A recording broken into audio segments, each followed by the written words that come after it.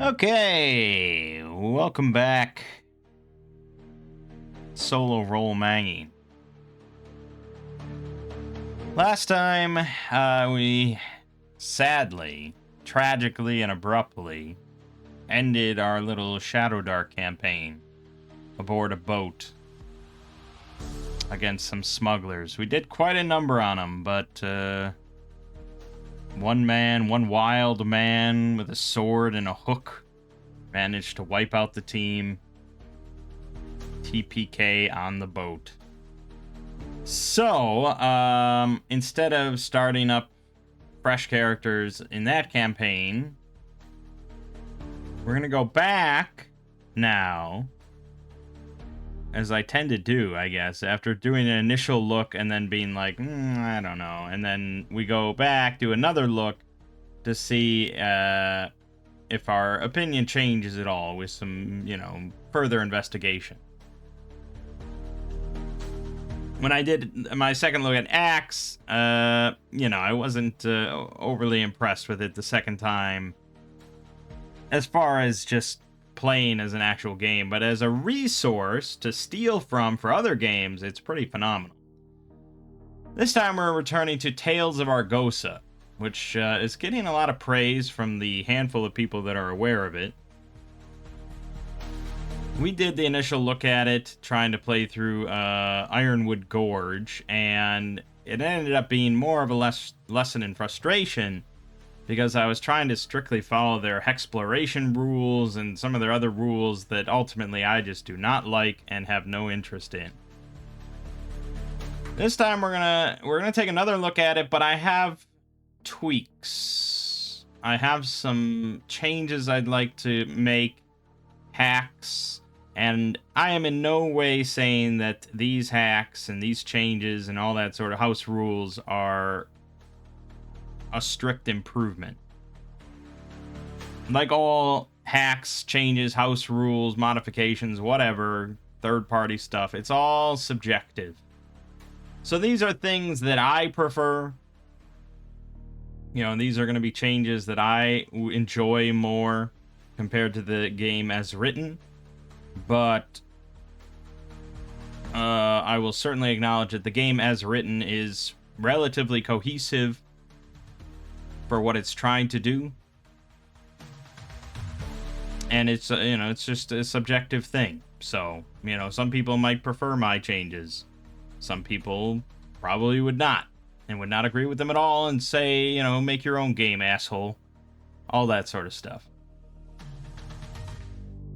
So, I don't have a concrete list of everything that we're going to change. We're going to just figure it out as we go, except for some things that I did prepare ahead of time. I actually spent like 5 hours preparing it ahead of time. We'll get to that. But what we're going to be doing is, instead of doing some random module from bygone eras, we're actually going to be running a module written for Tales of Argosa. However, this is going to be a funnel again. So much like when we started the Shadow Dark thing, we started with a funnel. This one also a level 0 funnel, or gauntlet, or whatever you want to call it. This one's called Call of the Colossus. It is free to download on DriveThruRPG for Tales of Argosa. I'm not sure if this was written for Tales of Argosa or is written for Low Fantasy Gaming. This is from 2018, so I'm pretty sure this was written for Low Fantasy Gaming, but it is broadly compatible, I believe. So, level 0. And I have not looked at this at all. I've not really read it. The only thing I glanced at was the rules for creating level 0s, which is not in the core rulebook, so this is really the only place it's ever written. But it's pretty much what you'd imagine. I mean, making level 0s in any OSR adjacent game is going to be pretty simple. You're going to roll stats, and you're going to roll on like a background table and get maybe a little bit of gear, and that's it. So Normally, yeah, you get like 3 or 4 characters per player, so you have a collection of them, and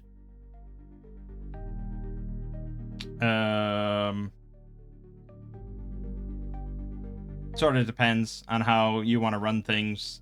Whether all of the characters are technically present at the same time and you're kind of controlling all your characters at once, and it's literally just a pack of level 0 peasants roaming through a dungeon all at once. Or you can just do it where one character is kind of in the spotlight in each group. So it's much more manageable, but it doesn't capture that whole feeling of corralling, livestock, I suppose. So it says, to simplify dealing with many PCs, GMs might consider 1, having all players' PCs act at the same time in combat, and 2, allowing only 1 PC per player to attempt checks to recall lore, etc., with a +2 bonus if another PC is helping. And yeah, I mean, I guess that's sort of how it goes, because usually your characters are moving in a clump, and you're not going to, like, separate characters to do different things simultaneously. It can be that way, but it really gets... I mean, I've played in con games of DCC that where DMs just kind of let everybody do whatever with all their characters, and it gets kind of ridiculous. So that's why I pretty much always go with the 1 character in the spotlight at a time. I also don't tend to limit the number of characters that you have, because I think it's just really unsatisfying to go through a funnel and then you run out. Especially if you run out, like, first. Because then, I mean, usually, again, my experience mostly with con games, convention games, usually if someone runs out of their starting characters, the DM provides them with another one. Somehow in the dungeon or whatever, you find another character and they take that over. So generally you don't really run out. It's just 4 to start with. But yeah, the intention is typically that you end with at least 1 character coming out the other side better and stronger. Alright, so for us though, like before, we're just going to generate 4 characters and replace them as we need to. So let's create some characters. We'll call this one Danton. And the attribute generation is actually 4d6 drop low in order, which is pretty interesting. I don't know if this is how it was written for low fantasy gaming, because Tales of Argosa switches it up a little bit, where you actually you roll 3d6 in order, but then you can bump 1 to 13 or higher, bump 1 to 15 or higher, and swap 2. It does give you the option as a variable rule to do 4d6 drop low instead of 3d6 and the same rules, but it says that if you do it that way, you don't get +1 to an attribute every level. So, yeah, as much as I like higher initial rolls, I will say it is nice every level getting another thing to add on. And with 3d6, you still get a guaranteed 13, a guaranteed 15, and you can swap 2, so it's pretty nice. So we'll go with the Tales of Argosa rules here. I think it's fine. It says at the GM's option, 1 randomly determined attribute is automatically 15.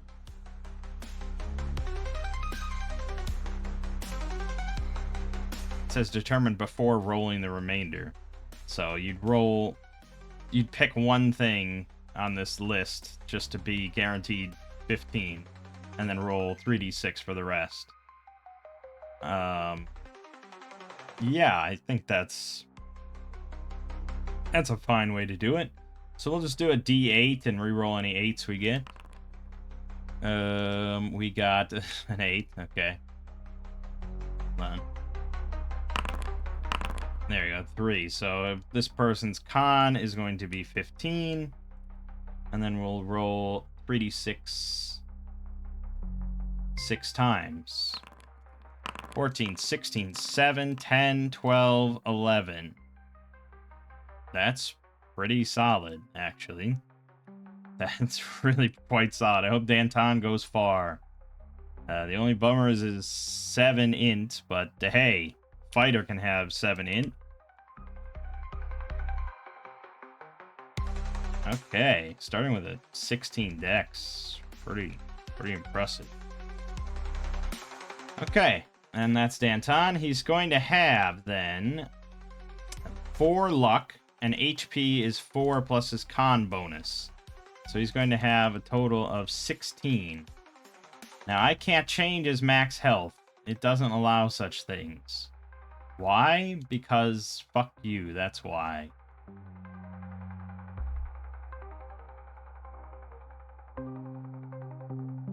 I mean, I get it, sort of, but Shadowdark auto-calculates it for you, and there's a little toggle that you can click if you really need to change the max for some reason. Like, sometimes you need to change this. I get that normally you don't want to change it, because it's kind of set in stone. You don't want people futzing with it, or forgetting what it was, or, you know, blah, blah, blah. But there still should be a toggle to let you change this. There's an edit HP 0. Can I change that? There you go. Okay. Awesome. That helps a lot. I don't have to keep ranting about it. And our luck is set to 4. So we're going to minus this by 7.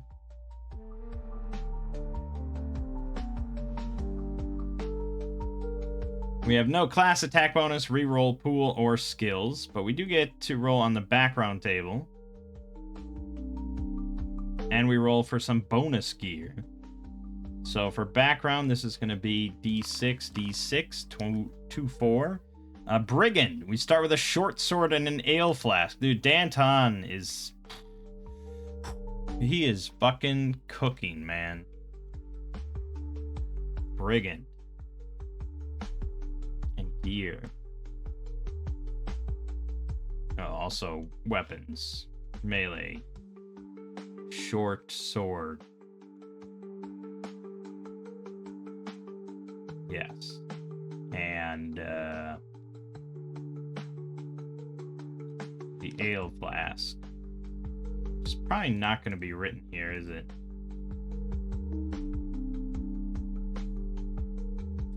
Nope, we are going to add it. We're going to add it right now. Ale flask. Yeah, honestly, it doesn't really need any description or anything like that. It just is an ale flask that we might use or may not use. But he's got it.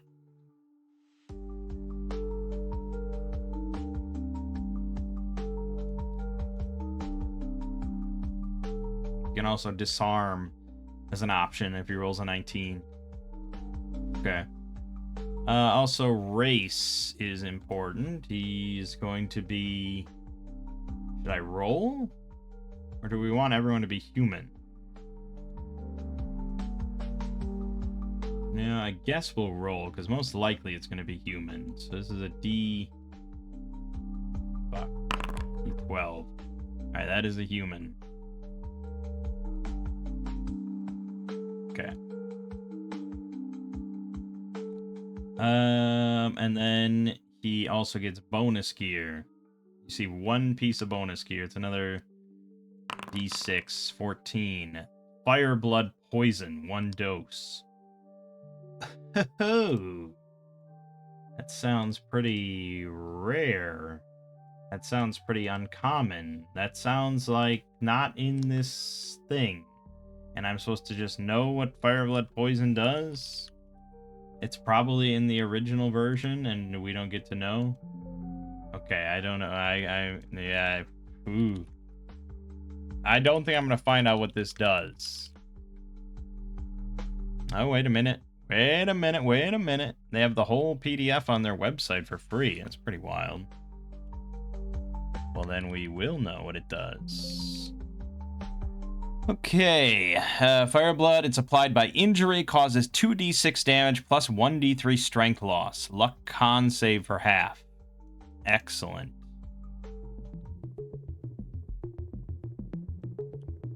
I don't know.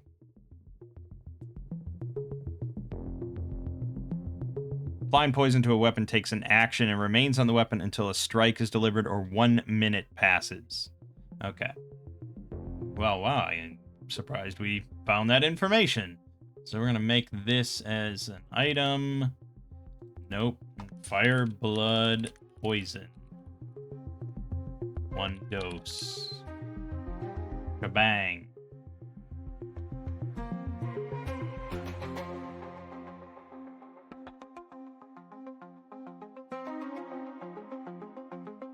Excellent. All right. Man, he really, yeah, he did well for himself, I think. Anton is pretty good. I think that's it, though. And he could very well just stumble on a rock and die, although 6 hit points is pretty generous. But I think that's in line with Tales of Argosa generally giving you a good amount of health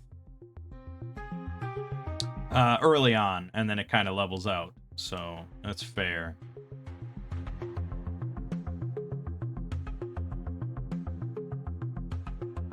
We will equip that.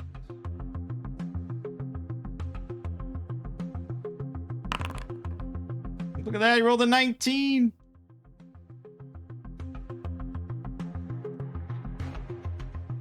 Not a natural 19, though. Okay, good. That's Danton, done. Next character. We gotta move this along. We're gonna call this next one Rose. That's the name that just popped into my head instantly. Let us roll for race. It's gonna be a human. No problem there. And we'll roll for background. 12. Rat catcher. Not a very glamorous profession, but, you know, it's got to get done. A spike pole as spear and cheese. Okay, so a spear is pretty great, depending on her stats. We will equip that immediately. And then cheese. I don't think I ever made that as an item.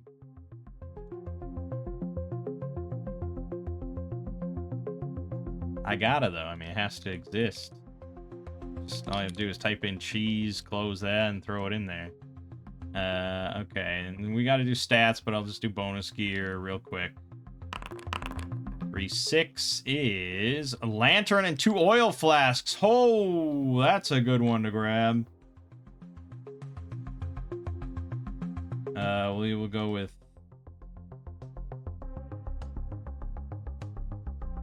lamp. 1 pint of oil burns for 12 hours. Okay, that's a different scale than I'm used to. I guess we're not really tracking light too much then, because that's quite a bit.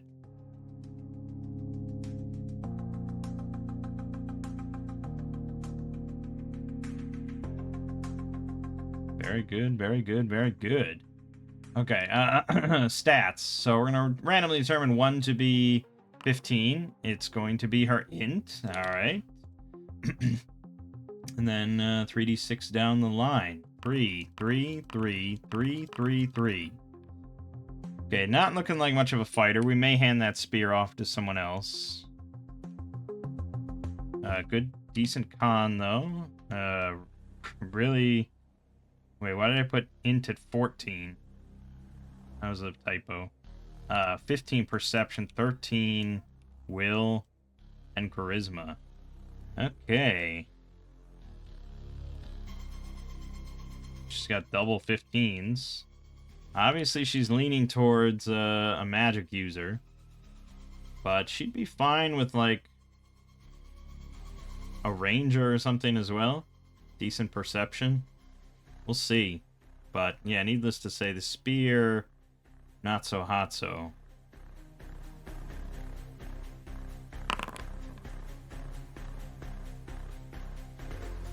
But its spear does do +1 damage. Two-handed. And it can attack in the 2nd rank. She wouldn't be the worst to do it. And she's got an okay con, so she has 5 con.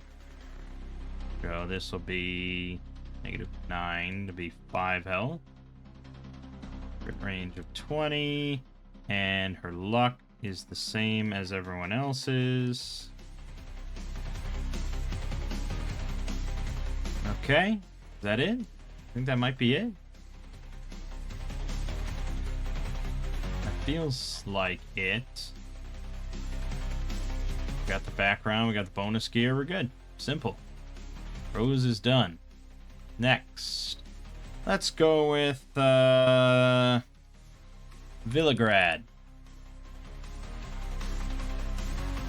Okay. Race first. Human, of course. No funny business here. Okay, I guess we'll start with stats. Random 15 is going to be int again. Okay. And then 3d6. Okay, not so hot on the strength, unfortunately. But 13 dex, 15 con, we like that. 14 perception. Well, I'm rolling pretty phenomenally well with 3d6. Compared to our Shadow Dark game, it's pretty sweet. So we have another character that can kind of be mostly whatever.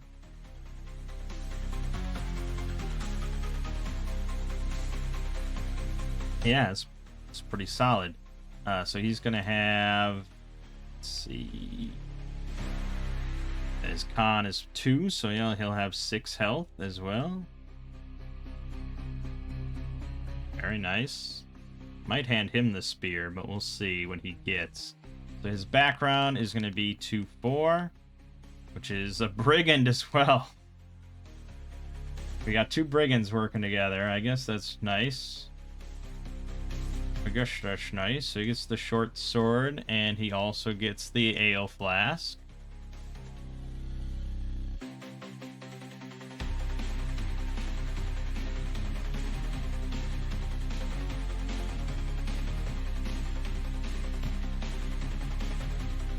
Okay, and then his bonus gear, 3-5, is iron tongs. Well, that can have use. Don't discount the iron tongs. I think that's another thing we're not going to find in the list. Easy enough to make. Iron tongs. Pack gear. There you go. Okay, and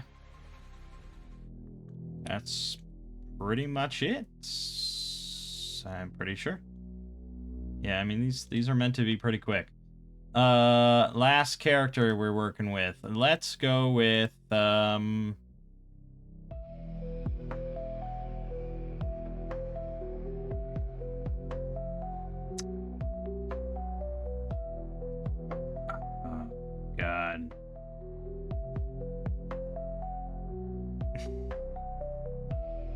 Tress. Race. Ooh, spicy. Something different. An elf. We have 1 elf in our party. That's wild. Don't they have advantage on, like... Don't they have advantage on, like, all con saves or something? Or no, they have disadvantage on... They have advantage on all dex checks and luck dex saves. Disadvantage on luck con saves and con checks. Those are the main 2 things that we care about. And that's what I forgot, I believe, the last time we did this. I just forgot Tress was an elf. I'm just going to put Tress elf. Maybe that'll help me remember. So, that doesn't even, like, go... Yeah, anywhere on this sheet. Oh, Jesus. Advantage on dex, disadvantage on con. That's all I really care about.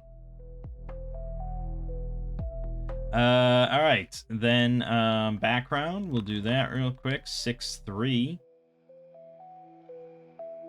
Novice Apothecary. A dagger and a healer's kit. Okay. That is actually not in here. So I guess we'll go with Herbalist Assistant as the closest thing. We get a dagger and a healer's kit. That's pretty nice.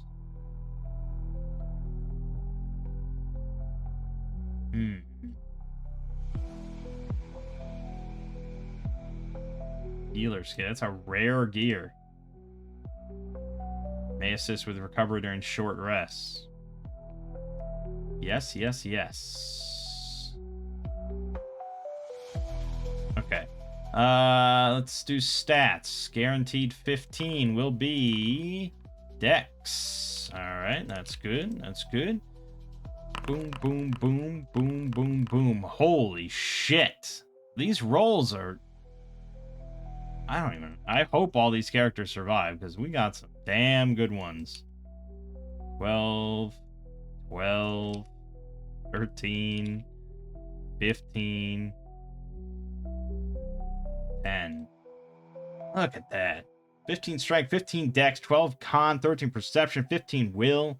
It's probably going to be a cultist if she makes it out.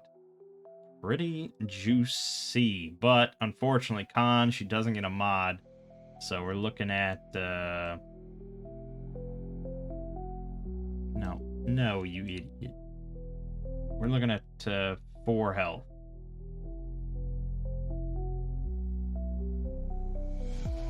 Nothing I can do about that.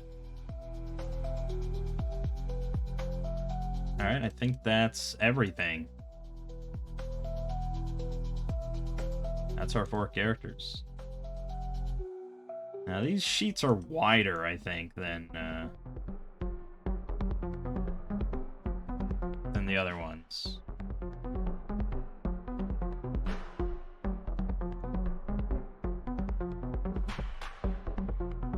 Can't really fit everything in here.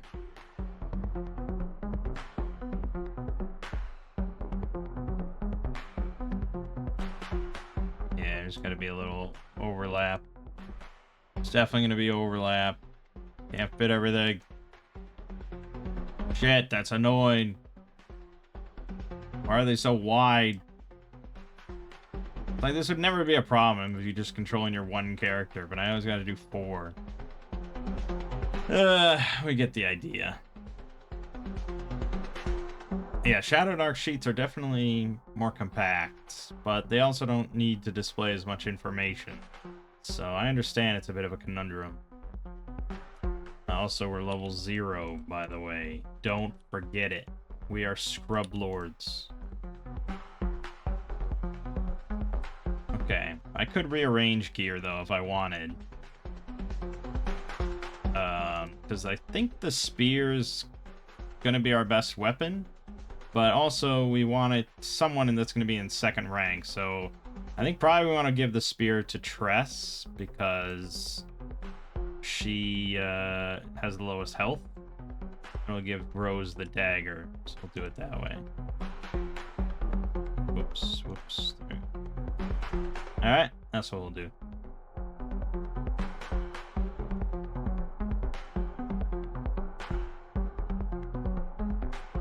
Oh, my level down fucking lowered everyone's health by 1. Great. Great. Eh, boy. Funky music, man. Alright, I think we're ready to begin. Didn't take too long. How long did it take us? With my little rambling introduction, less than half an hour. Perfect. Of course, it's only 4 characters, not 16. I don't really know the backstory. I don't usually like to read it. But I think that we're starting by being ambushed with something. We're thrust straight into the action. Their caravan to the isolated outpost of Thurg's End has been ambushed by ogres, and the party are the only free survivors. But for a handful of captives taken away by the ogres, the balance of the caravan are dead. Womek, 50 is balding sorcerer with a corrupted crabclaw arm. When in town, he wears a sling as if lame. A cult leader living in Thurg's End has an arrangement with the local ogre clan to deliver human sacrifices to Yargoth's Colossus, a nearby temple in the shape of a forgotten goddess. The ambush location is a thickly wooded area adjacent to a river and 150-foot waterfall. Players roll 1d6 to determine how their... Not a, like, typos or weird grammatical errors here. To determine how each of their PCs survived the massacre. Okay. So I guess we'll roll this 4 times. And see what our results are. Okay. So, press...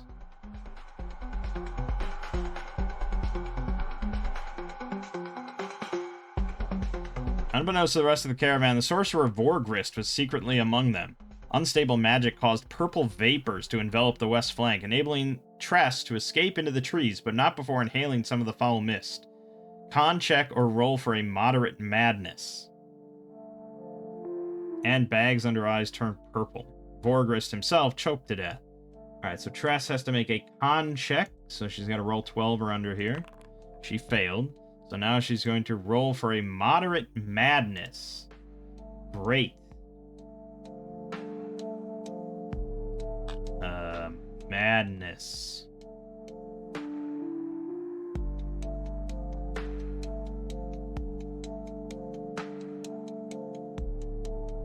So, can be removed by spending time in recovery during downtime.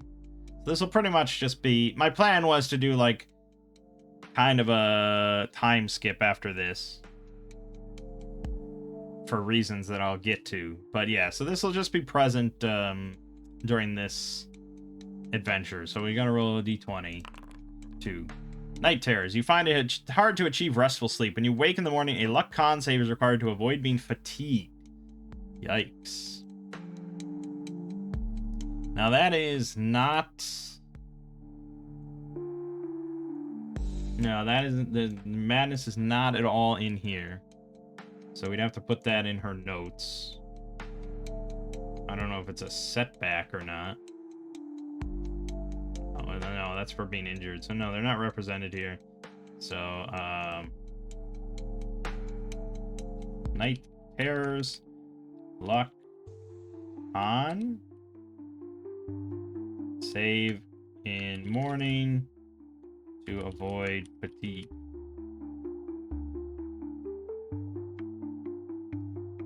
Also, she has disadvantage on con, so she had to roll that twice. Alright, well, she failed, so irrelevant. Okay, next. Next is Villagrad.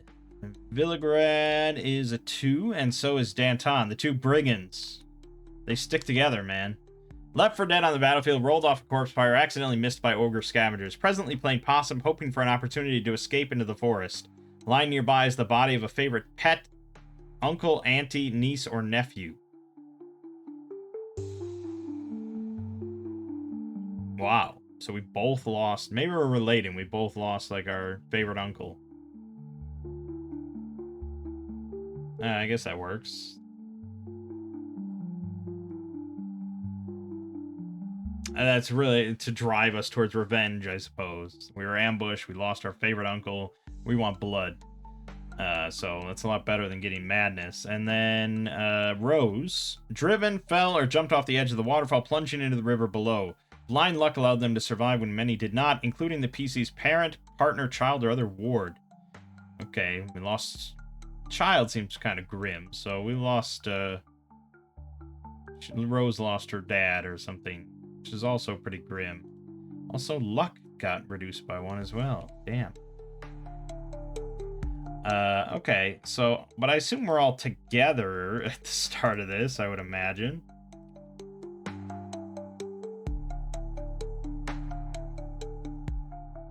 Depending on their roles, different PCs will end up in different groups. As fortune would have it, each group of PCs or lone individuals are within either sight or earshot of at least one other group or individual, allowing them to reform as a single larger band when the time is right. Attribute checks must be required to spot friendlies and or successfully sneak away from loitering ogres at the GM's option. 1d3 ogres remain on the battlefield, slaughtering the dying, looting corpses, and ensuring the last wagons burn to ash. The Giantkin are fearsome opponents, but widely scattered about the site, and might be picked off by PCs working together. I don't know, man. Fucking 4 hit dice. You're looking at 21 health here, 12 AC, and 2d8 damage. They're gonna squash any of us. By and large, the battlefield is a wasteland of smoking carts, charred and often half-devoured corpses, and damaged gear. Whatever the ogres couldn't or wouldn't steal has been bent, smashed, or defiled, leaving little in the way of salvage. Clearing an area of ogres, however, allows the PCs to do a thorough search, granting a roll on the salvage table.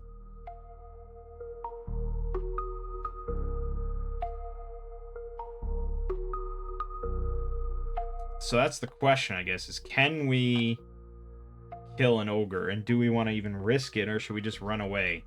There is good stuff there, obviously. There's notched longsword, there's shields, rations, heavy crossbow, Vorgris spellbook, unexploded firepot, armor, spears. I mean, there's some good stuff, so maybe we should try to kill an ogre. And, like, one ogre is coming over to the 2 brigands.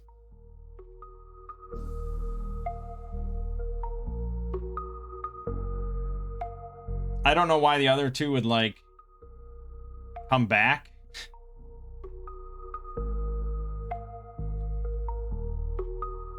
Well, okay, so... yeah, the brigands are left for dead. We'll go with that. And... but then fucking Rose jumped off a waterfall. And,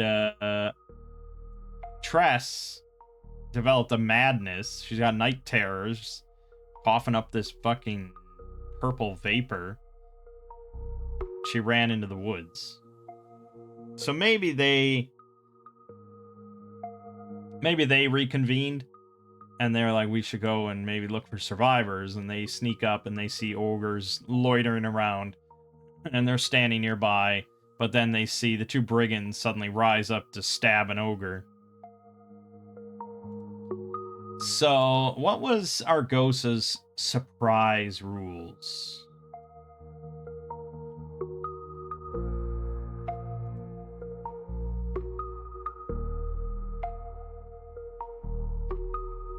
GM determines if one side or the other is entitled to a free round as a result of surprise. An attacker who gets a drop on an unaware opponent gains a bonus round. Further, the ambusher's first attacks made an advantage or physical area effect imposed disadvantage on any luck save. So there's no rules at all. It's literally just the DM deciding if surprise happens or not.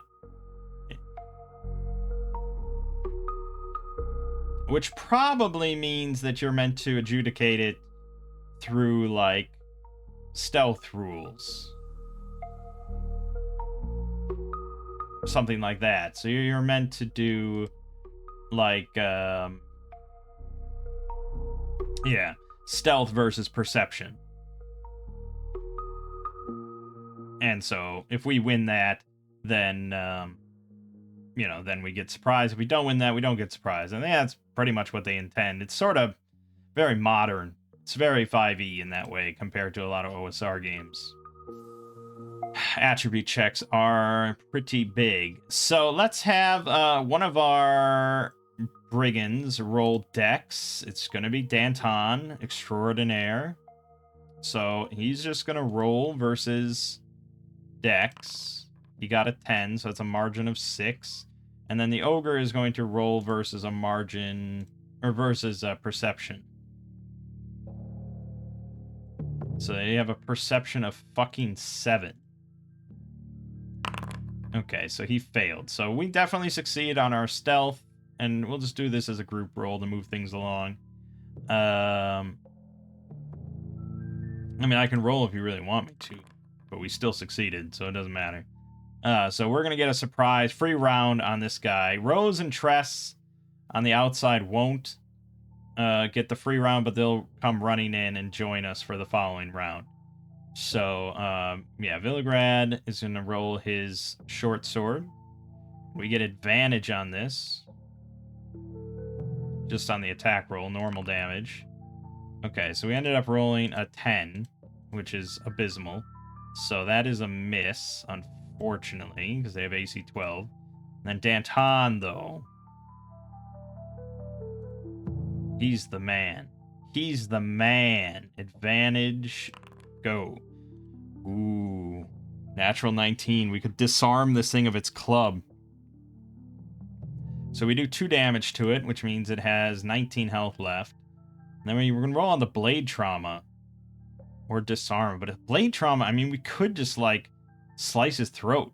And he'd be dead. Like, disarm is nice. But...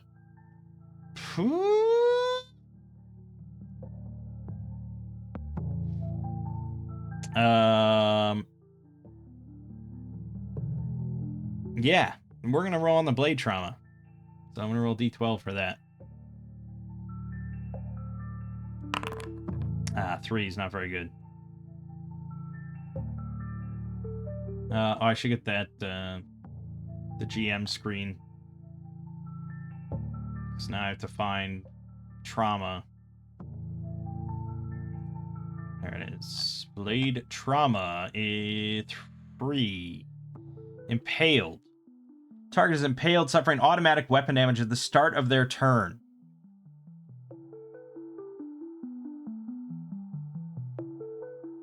Unimpaling requires a strength contest or a will check if unopposed. I'm not really sure exactly how to read that. Like, is it meant that I can't do anything and he just suffers automatic weapon damage at the start of his turn? Or what happens when I take my turn and I stab him again? Is he no longer impaled? I think it's an interesting idea. I just don't think this is written well enough to convey what you want to happen.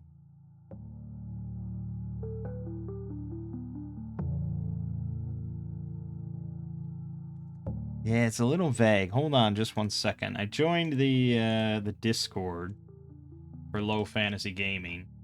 So let me try searching here. See if anyone else has brought it up.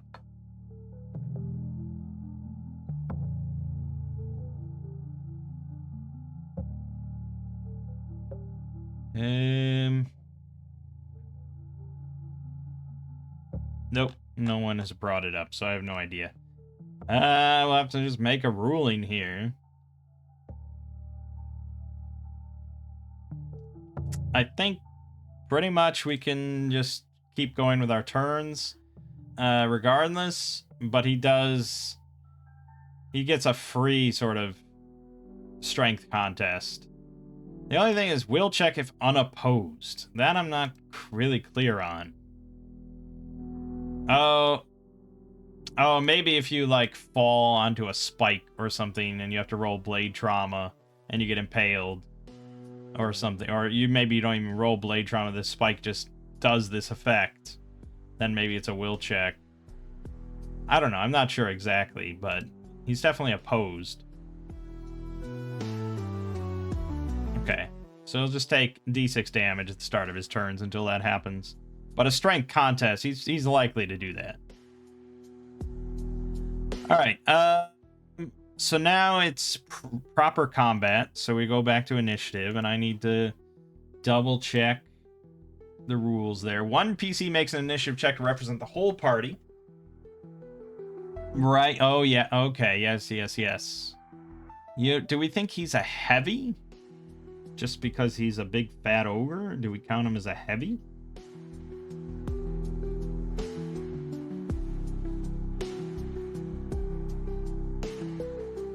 No? Yeah? No? How would you know what a heavy is?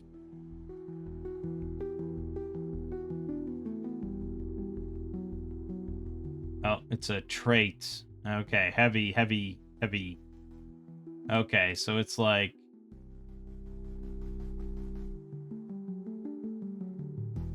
very few things are heavy.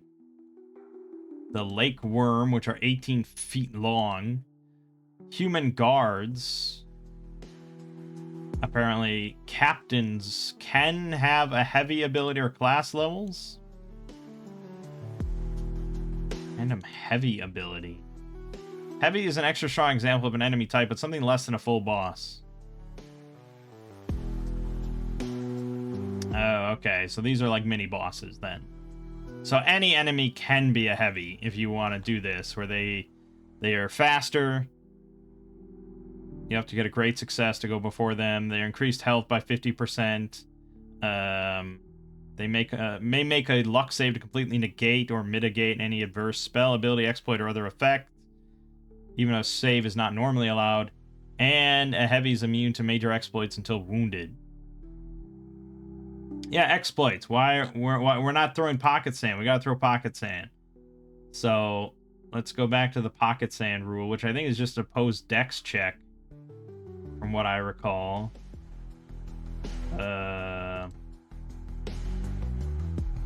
Yep. Opposed dex check to throw dirt in an opponent's eyes. So Danton's gonna do that. He failed. So not happening. It's not. Nothing else matters. He misses and he can't do any more minor exploits. Could still do major exploits if we can think of something useful to do as a major exploit.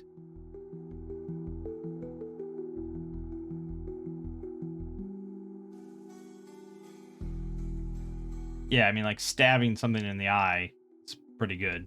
When in doubt, stab something in the eye is probably the way to go. But all right, so we have to go round robin. We have to go around and around to determine who's rolling initiative. And I think it's only fair that it be one of the brigands to start. So we'll roll for Villagrad. He failed, so this ogre is now going to immediately retaliate.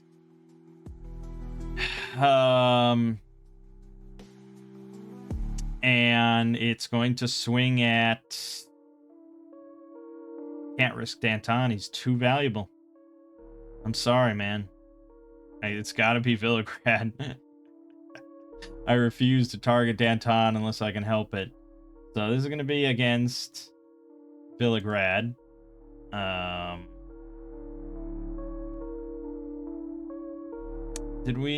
Is this where we just roll with a bonus equal to their hit dice? That's usually what you do.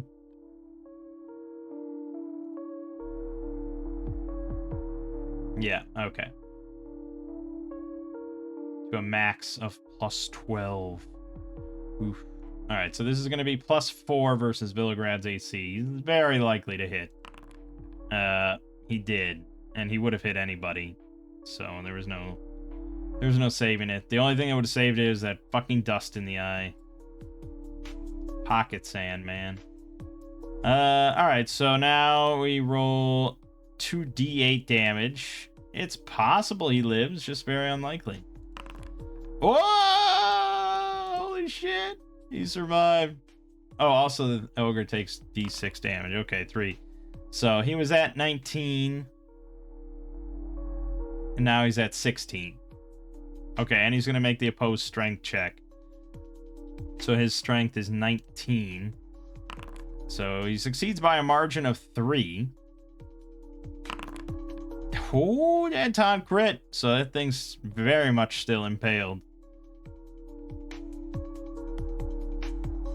I don't know. How does this game feel about crits and things like that? Like, you know. Yeah, but in general, I don't think it has...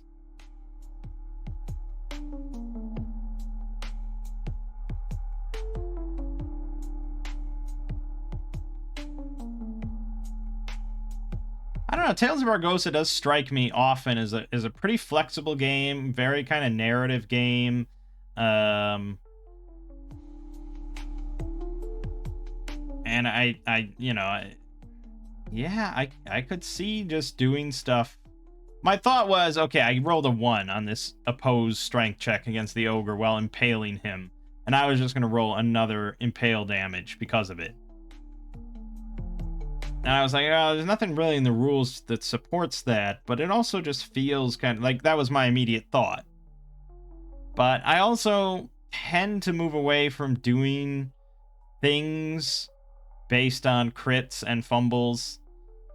People like crits, they hate fumbles, and it's just best to kind of remove it as much as possible. So I don't know. I could go either way on it.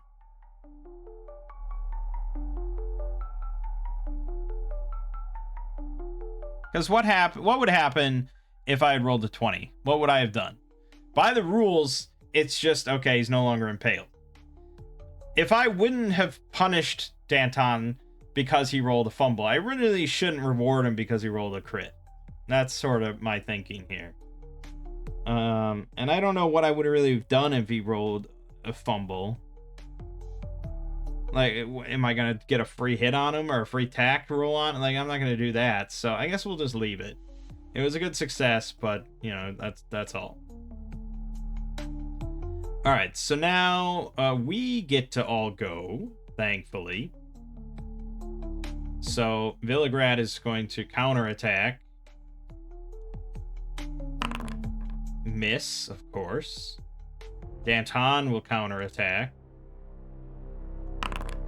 Hit for 3 more, so he's at 13 damage. Rose and Tress are running in now, so Rose is going to try and... I could climb up on it, can I? Wasn't that something that I could do?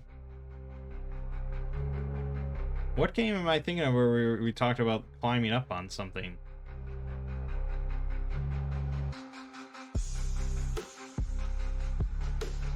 Or would we count that as a major exploit?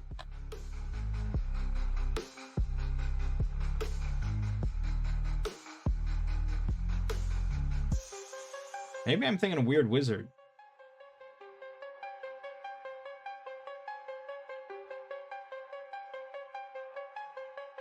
Climbing or jumping onto creatures. Yeah, okay.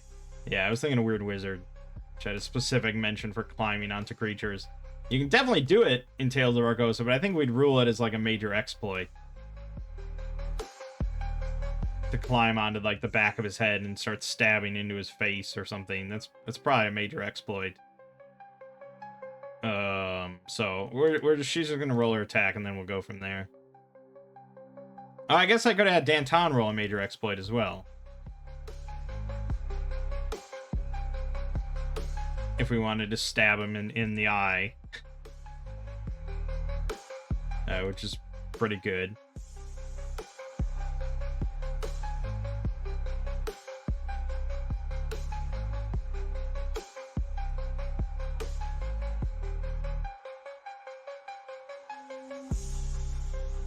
Yeah, why wouldn't I? I mean, go for the eyes. They're the groin of the face. Why wouldn't I? So it's a luck check. It could be a modifier, could not be a modifier. I think probably just going with strength is a reasonable thing to do here. So we just roll this. We failed, but we can re-roll if we want to do it because it was a luck check. Yep. So I guess I will. Still terrible failure because our luck is abysmal. So yeah, there you go. Okay, so Rose, yeah, she's gonna attack with her dagger. Here we go. That is a hit, and it does 3 more damage, so he's at 10.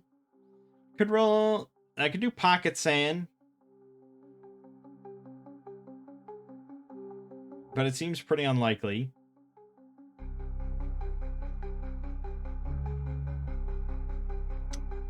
Just trying to think of what else I could do to this ogre that would be, like, really debilitating to it. I mean, I could, like, slice its Achilles tendon or something, maybe. Possibly causing it to fall over. There is good bonuses for prone. Yeah, +2 for prone. So I guess I'll try to slice his Achilles tendon. And we'll just go with strength again. Success! Holy shit! Holy shit! Okay, slice that tendon good. And my luck should be reduced from that. Didn't automatically do that, but it's at 3 now. Amazing.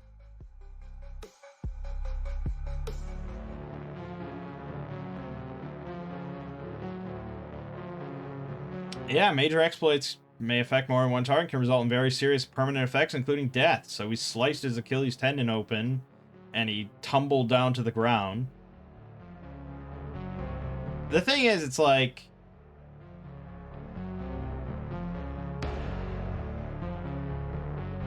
it's a luck check compared to like an opposed check. So it's definitely harder to pull off, and doing so lowers your luck. And luck is hard to recover generally. So you're not going to be pulling off major exploits left and right, because your luck is going to be obliterated. And then it's much more likely for you to fail. And then once you fail, you're done for the whole fight. So yeah, major exploits, powerful, potentially powerful, but yeah, obviously limited. Okay, and then Tress is going to come in, and she's now going to get a +2 on her attack because he's prone. +2. She's attacking with both hands. Go. Boom! 9 damage. I think he's at 1, and then at the start of his turn, he's going to take a damage, so we win. Haha! We slew an ogre, and Villagrad almost died because of it. Great. Okay, excellent.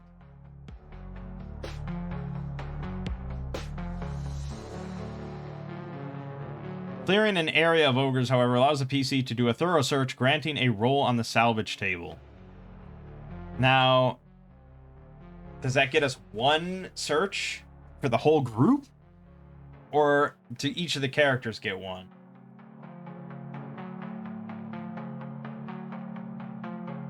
I think it's 1 search. Because if you killed 1 ogre and then you get like 16 rolls here, that would be way too much. So it's going to be 1 roll. Very good chance it's nothing. We got 44. A dented helm. Okay. Were helms in Argosa, or did I steal that from... what game did I steal that from? I know I said that we were throwing out the whole equipment section here, but... did I take helmets from here? No. I don't know what game I took helmets from. Or I took that from like a Reddit post or something. I don't even remember. No, maybe I took it from Axe, as usual.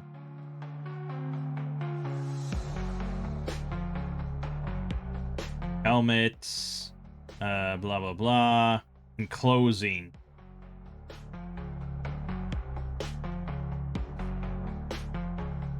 Yeah, I think I wanted to emulate something like this. But I don't know. I feel like I might have just taken it from a Reddit post. But okay, yeah, so it'll be the same thing as Shadow Dark, where it can negate a crit. So Danton will, of course, put on a helmet. And I'm fairly certain that's not going to be in armor or gear. No, very limited. So we will have to add this as an item. Helmet.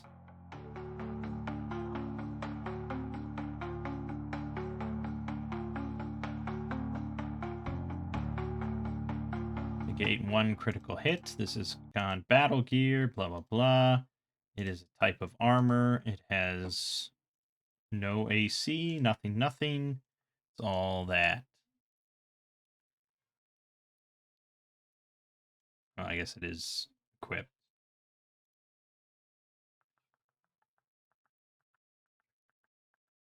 Well, that means in this game, actually, that it takes up no slots. Takes up nothing because it's... you don't count equipped shit towards encumbrance.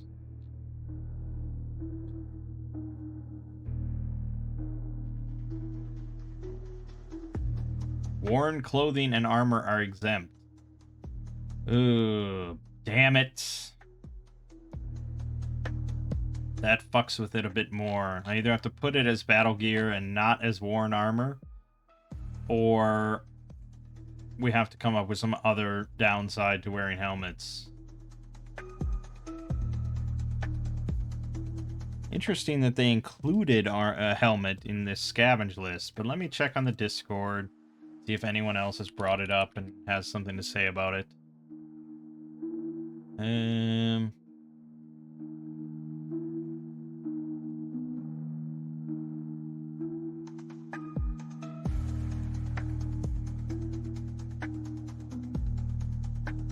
Says there are some instances in the trauma table where having a helmet is an advantage.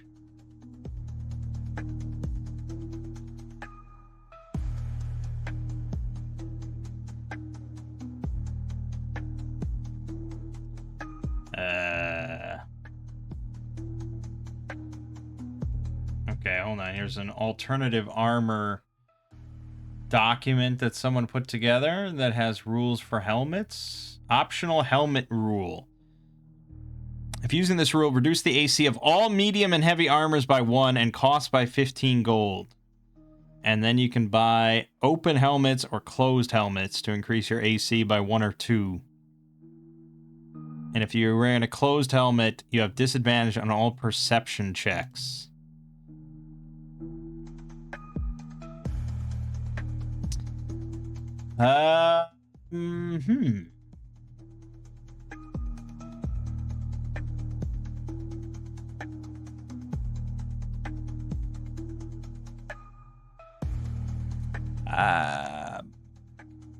Well,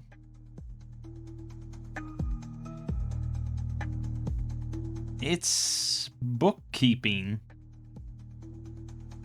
I'd have to reduce the AC on all medium and heavy armors by 1. And remember, we were going to get rid of the whole equipment section and do it ourselves. So, yeah, so if we're going to use axe rules...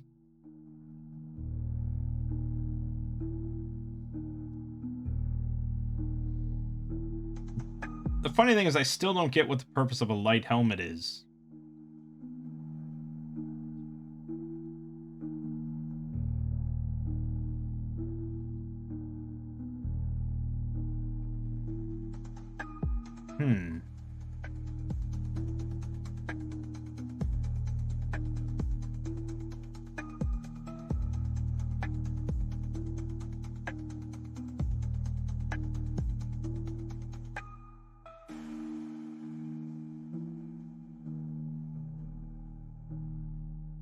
Yeah, I think most people like the negate a crit thing.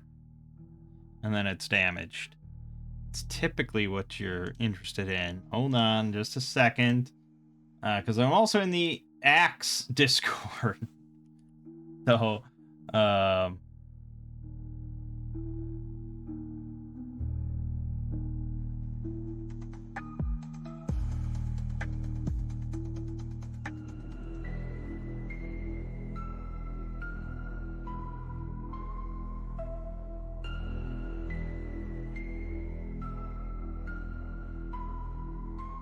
okay, I feel like Axe... Okay, hold on.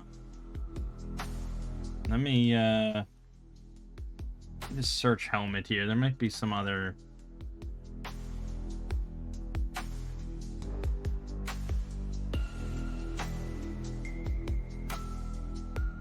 A light helmet is included in the cost of any suit of armor.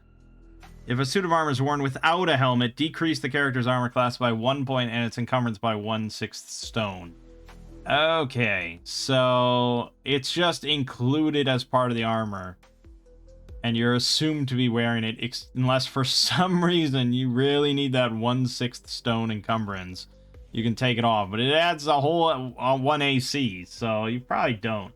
I think the easiest solution for us, even though it is a little nonsensical, is to count it as just battle gear. It's not part of your armor. It takes up a slot in battle gear, but it negates a crit. That's the easiest way for us to do it with the system as is. It makes it akin to Shadow Dark.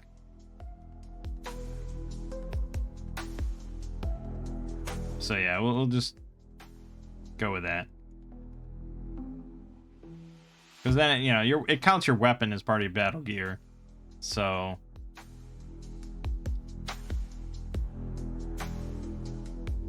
I mean, I do agree with Axe that it probably makes the most sense. It's just always assumed you're wearing a helmet if you're wearing armor. Unless for some reason you want to go all Warhammer 40k and just go around without your helmet on because you're cool. And then optionally you can get a heavy helmet. It's very, you know, restricts your vision, but gives you better odds of living. But we'll go with that, and that's fine. It's definitely not the best find. Far from it. I would have preferred a shield, or God, that heavy crossbow would have been pretty fucking good. The longsword would have been good. Leather armor, spear. I mean, any of those would have been pretty nice, but it's not the worst either. Okay. So we're just gonna kill the one. We nearly lost a guy killing one, so we're gonna move on. We're gonna flee deeper into the forest now. We know that we're about 2 days march east. There's a 2-day march east to Thurg's End, or 1 week back west to their originating city of Crow's Keep. The Ogre War Party, approximately 30 of them, made no attempt to conceal their southerly tracks and are easily followed. No check required. Also south, rising above nearby hills, is an ancient and colossal statue, rusting and broken. A woman missing its head and one arm, towering 150 feet tall. The statue is approximately 1 day distant. Depending on the character's massacre survival rolls, a number of hooks arise with respect to following the ogres, leading to the Colossus. Revenge for the attack and slain friends' family, mounting a rescue effort to free captives, reclaiming Harriman's strongbox, and or reckless curiosity. Well, yeah, revenge is our main dish here. Alternatively, the party might head for Thurg's End for their own safety or to gather reinforcements. In either case, they'll be sadly disappointed. See page 13. For GMs wishing to add increased time pressure, an in-check reminds PCs that ogres generally eat human captives after tormenting them for a time. Wherever the party goes, there's a 40% chance of a random encounter in the hills every 12 hours.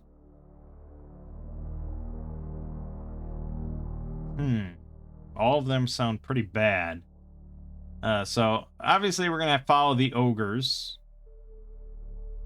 I don't know what we possibly can do against them, but, you know, we'll trust in the DM to guide us properly and not fuck us over completely. So, we're going to follow the ogres. I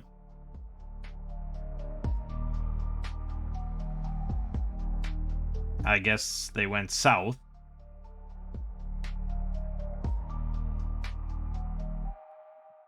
Yeah, they went towards the Colossus, which is 1 day distant.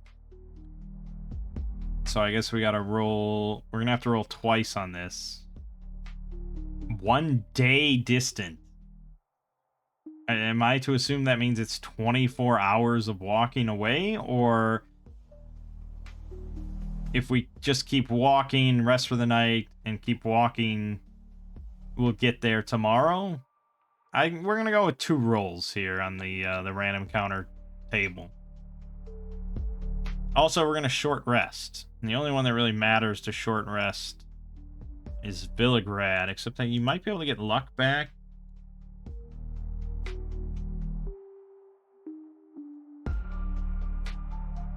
On a great success, you can... Oh, no, you can't get luck back. Yeah, luck's really tricky. But the healer's kit can be used to make an apothecary check. If successful, the patient converts one failed recovery will check into a success.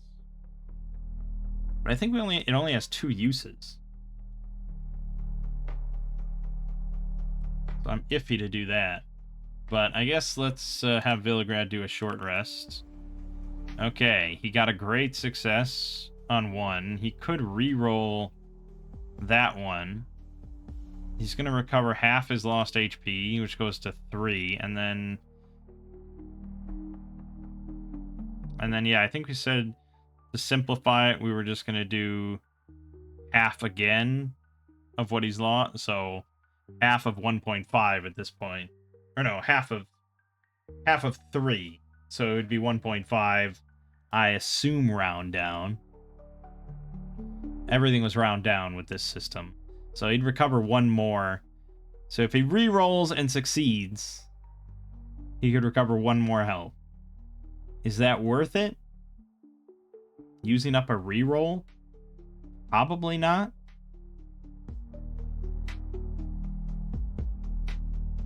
Or I could use a healer's kit, but she'd have to succeed on a 12 or less. Although she is an herbalist assistant, so we could use... We get a skill out of that, +1. Alright, fine, we'll use healer's kit. Okay, so we're gonna roll int. This is with +1 from being the herbalist assistant, because it said backgrounds count as skills. Great success. I don't think that factors in anything, but he succeeds, and so that converts it into a success, so he can recover 1 more hit point. Boom. I doubt that'll make a difference between life or death, but you never know.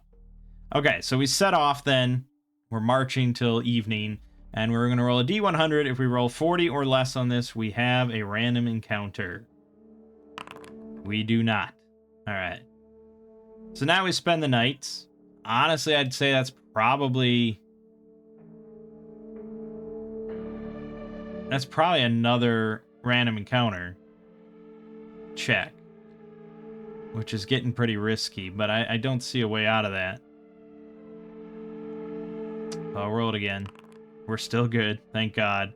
And now we have 1 more the next day. We did sleep.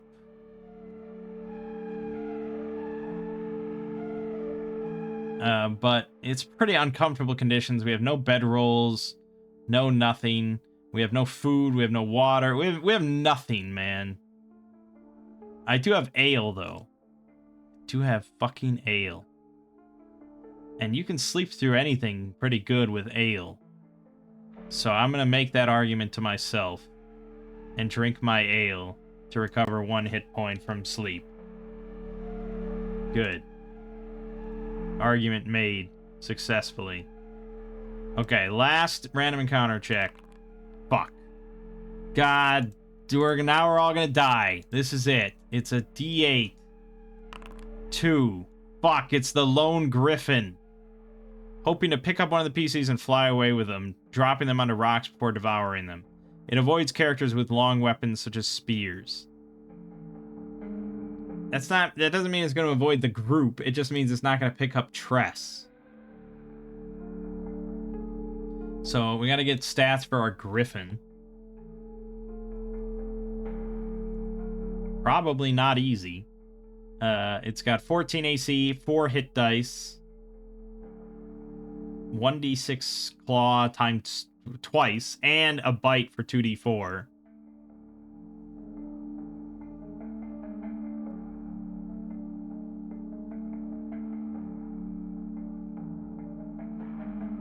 Okay. So, we gotta pick one of the other 3 then that don't have a long reach weapon. So I guess I'll roll a D3. It's gonna be Rose that it's targeting, swooping down. So now I'm gonna roll, she has the lowest AC. This is gonna be disaster.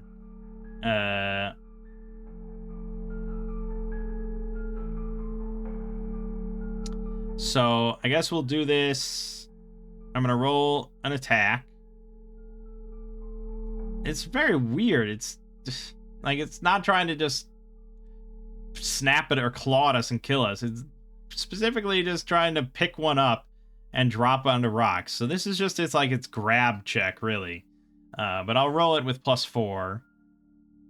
Or should it be like an opposed... You think there should be an attack or like an opposed roll? Like opposed dex. Neither one is good for Rose. Let's be real clear. But maybe well, okay, what are the rules for grabbing? I know the Griffin kind of has its own rules, but we're trying to make this a little nicer for our newbies. So, what are the rules for grabbing? Or does that just all fall under exploits? I don't think so. Maybe it does.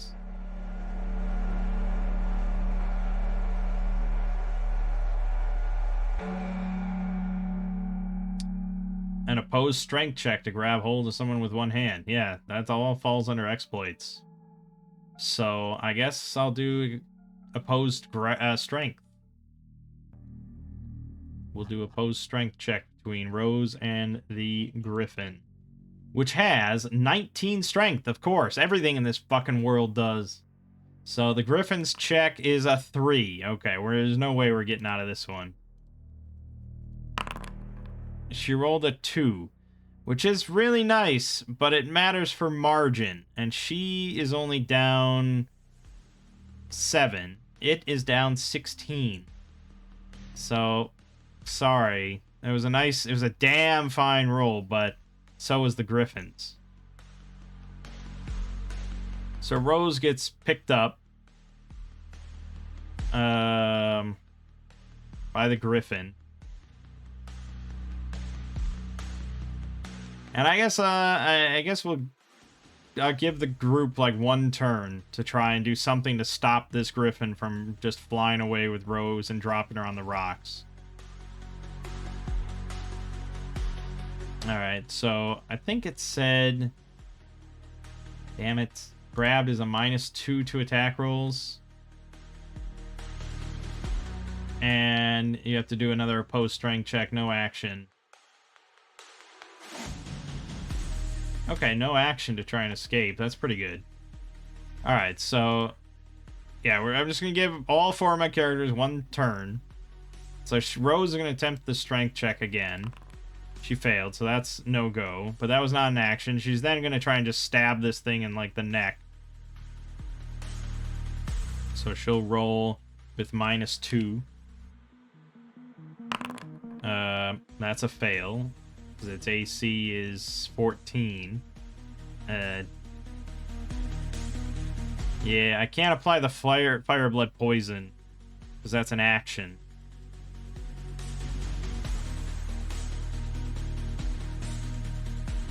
I could break the ale flask over its head or something, but I don't know. So I guess we'll just roll an attack and hope for the best. Crit! Wait a minute, for 21 fucking damage? No. Oh, I rolled a 21. I was about to say. Okay. Gee, I was like, how is that possible? Times 3. But no, we... did 7 damage. Well, it certainly felt that.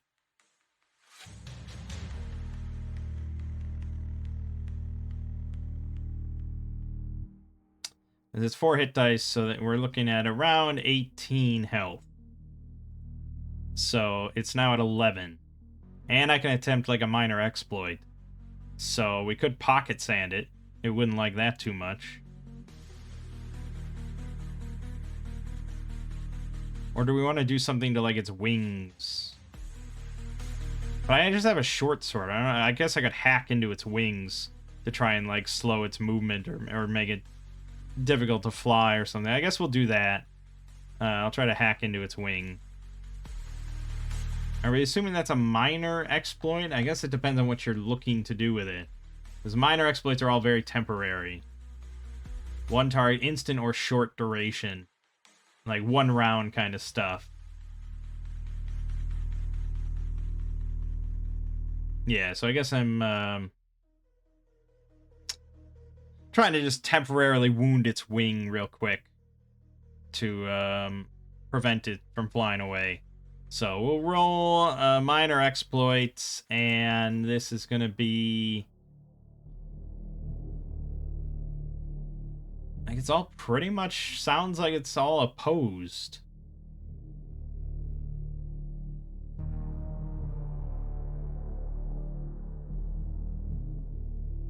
And we'll do opposed dex here. Kind of just real quick kind of thing that I'm trying to do.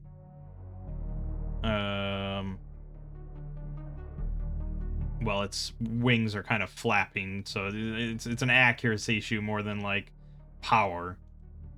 So I'll roll my dex.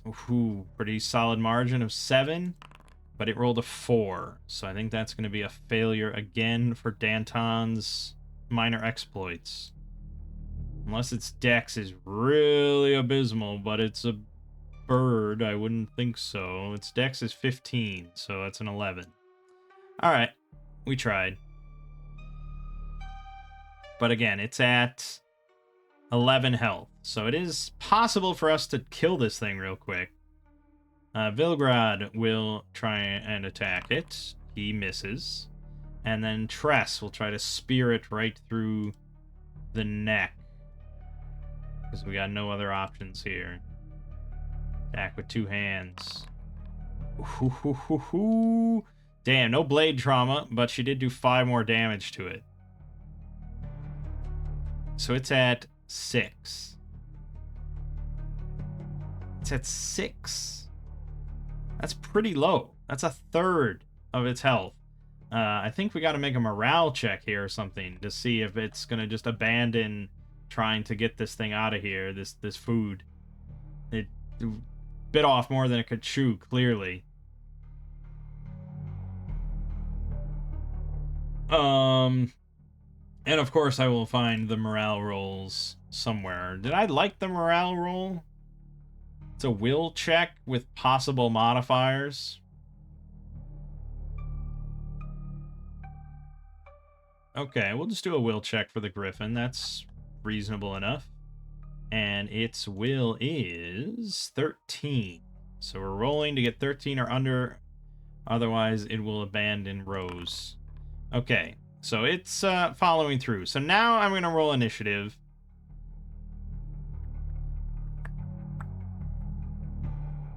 Yeah, obviously I'm being way too nice about this. When you think about a funnel, usually, it would have just been basically like, you pick one character and they get thrown off.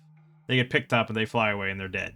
Like, that's often how funnels have gone for me at convention games. It's like, you don't really have any control over things, and it's just relatively arbitrary. There might be like one dice roll you get, but unless you roll really well, you're probably just dead. That's usually how funnels are, which is why a lot of people don't like funnels as representing like the whole OSR genre or anything. So obviously I'm giving these characters way more opportunities than I should. But I think we did a significant amount of damage to this thing that I'm willing to at least allow an initiative roll. So we will give it to Villigrad because he gets +2 for a short sword being equipped. So he just needs a 16 or less. Yeah, there you go. Great success. So I'm going to give us another chance. Rose will try to roll her opposed strength check again. Nope, not happening. Danton will try to just end this thing. It's at 6, right? Yeah, it's at 6. Okay, he missed. Villigrad. Miss. Rose. Hit. For 4 damage, so it's at 2 now. So, Tress. If Tress can do this... Nope, she can't do it. Okay. This thing's near death.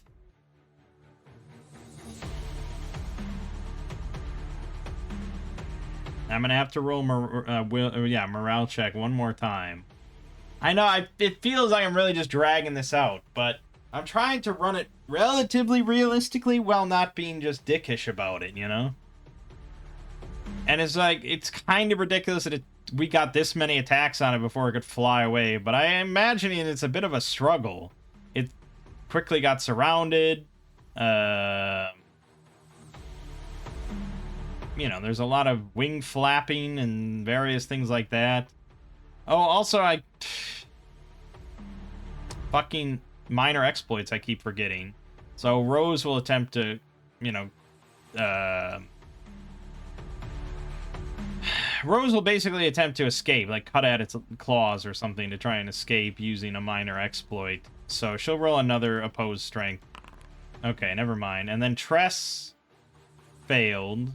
Villigrad failed. Danton failed. Everyone failed except for her. Yeah, I mean, she probably should be dead. I feel like I'm coddling it way too much, and I'm playing it way too modern, where I don't want anyone to die. But if Villagrad had gotten hit by that ogre hard enough, he would have died. I would have accepted that. This is just a bit more nebulous of a situation. So I'm going to have it do another morale check. Okay, it succeeded again. So now it's going to try to fly away. And it's going to carry Rose. So we'll say she's 30 feet up at this point. I can double check falling damage. I'm pretty sure it was like you can fall up to a near distance and it's 3d6 or something. Yes, have fun finding the rule for fall damage.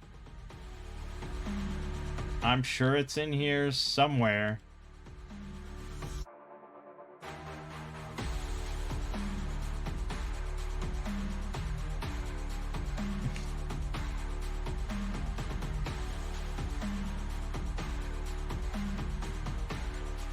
Oh yeah, I keep forgetting about like the outnumbered thing, and we're outnumbering this thing and surrounding it, and we should get a bonus of like +2 or 3. Would that have made a difference anywhere? +2 or 3? With a 14 AC?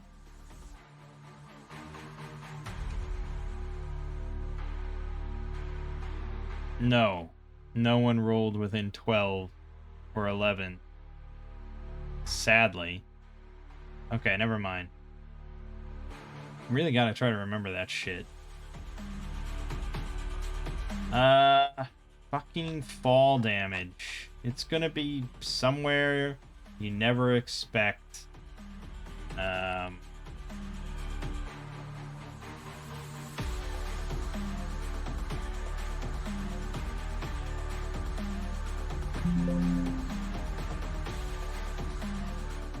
There it is. During the move action of combat. During the fucking move action of combat.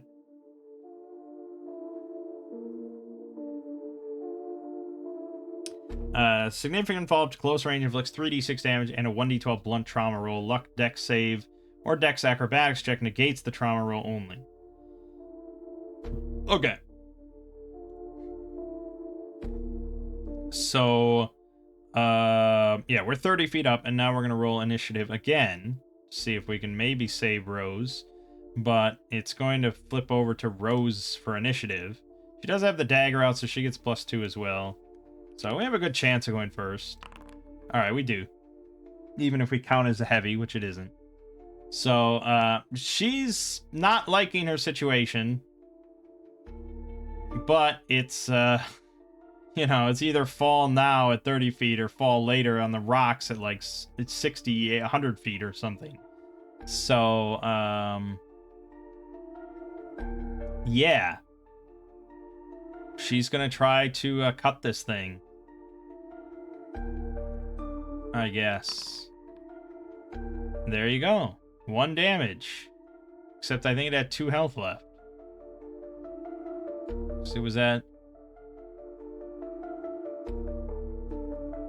11 at some point. And then it went down to 6, and then it took 4 more. Yeah, it was at 2, so it's got 1 health left. So we're gonna have to throw our weapons at it. I don't know if it has rules for throwing spears or anything. Pretty easy to just rule. Range far, blah blah blah. Just throw it. Just throw it. I assume it's a perception thing or not. Maybe for throwing it's not perception. Nope, it is perception. It's a ranged. Okay. So Tress will throw her spear, rolling perception. So this is going to be +1.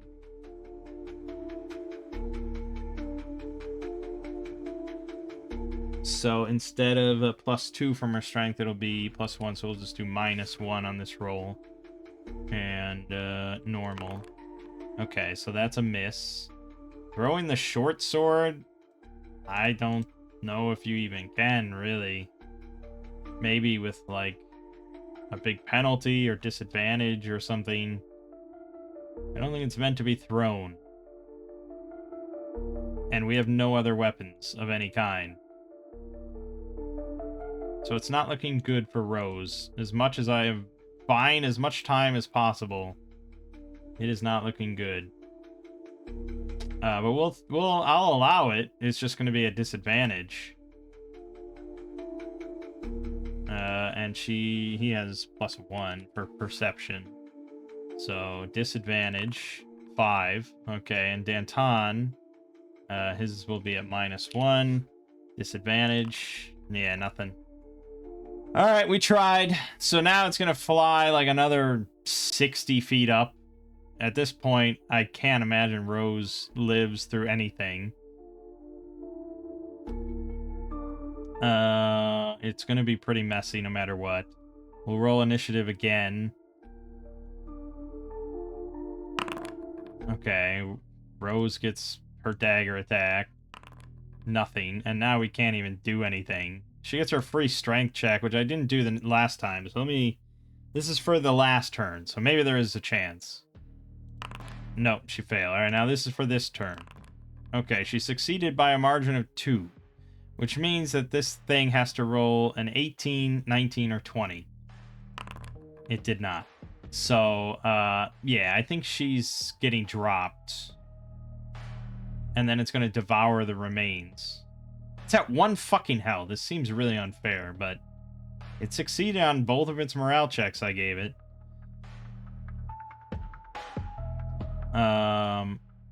I mean, it might just drop her. It might not necessarily devour her, because it might just be like, all right, fuck you, and then I'm out of here. That could be. We'll roll a 3rd morale check, but the fall still has to happen. There's no way around that. The only thing you can do is the rescue. You may attempt a rescue once per adventure. May only be used to protect another person or thing. Blah, blah, blah. Within close range, assuming we, like, chase after the griffin. Can negate or reverse an adverse event for another player or NPC. Explain how a rescue might be possible. GM decides whether the proposed rescue is possible in the circumstances.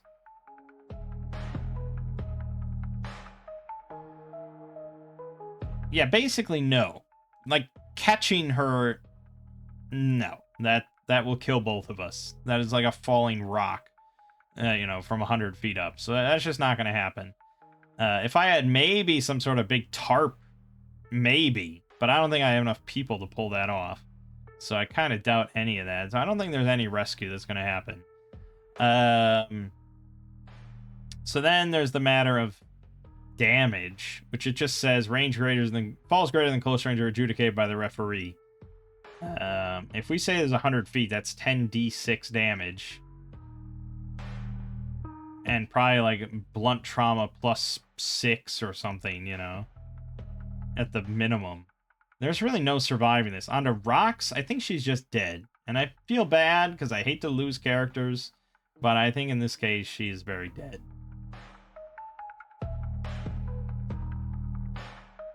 And I think it would be really lame and cheesy for me to find some way for her to live.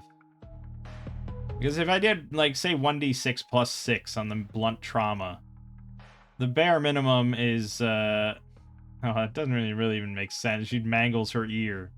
Well, okay, let's roll 1d6 +6. Okay, so she got 10. Broken arm.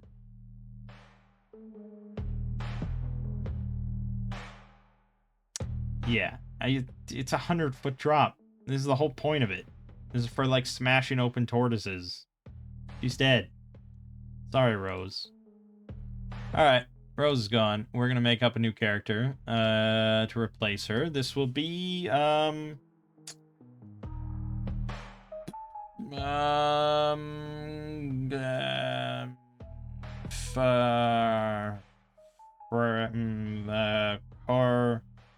Corin. Alright, now we get to do this whole process again. D12 for race, human, obviously. Background. is a 5-6. We'll just go off of this. 5-6 is no, that's salvage table. Never mind. 5-6 is a hunter. Short bow, 10 arrows, and a tripwires. Okay, now you're talking about something. A ranged weapon is pretty sweet. Short bow, arrows, short bow, arrows, and tripwires. Now let me guess. This is not going to be... Oh, it is there. Excellent. This is very good. Okay, and then her bonus gear is going to be 6-1. 60 feet of rope. Well, that's damn useful too. All right, Corin.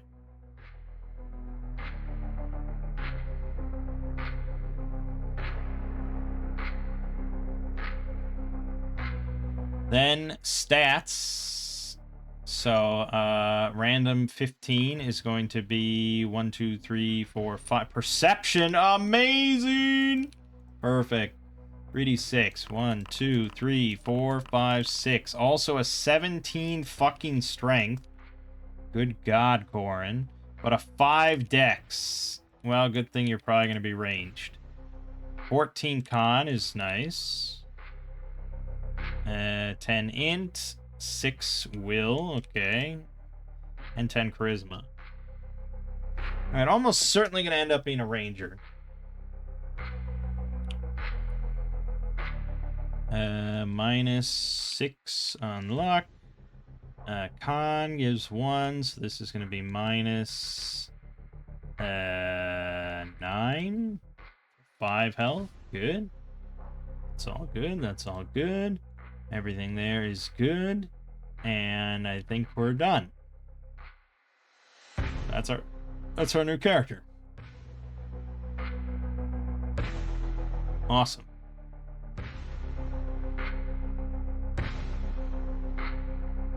Okay, so Corin has kind of been following us, lagging behind a little bit, but finally caught up with us. And she, she saw the horrific scene of what happened to Rose.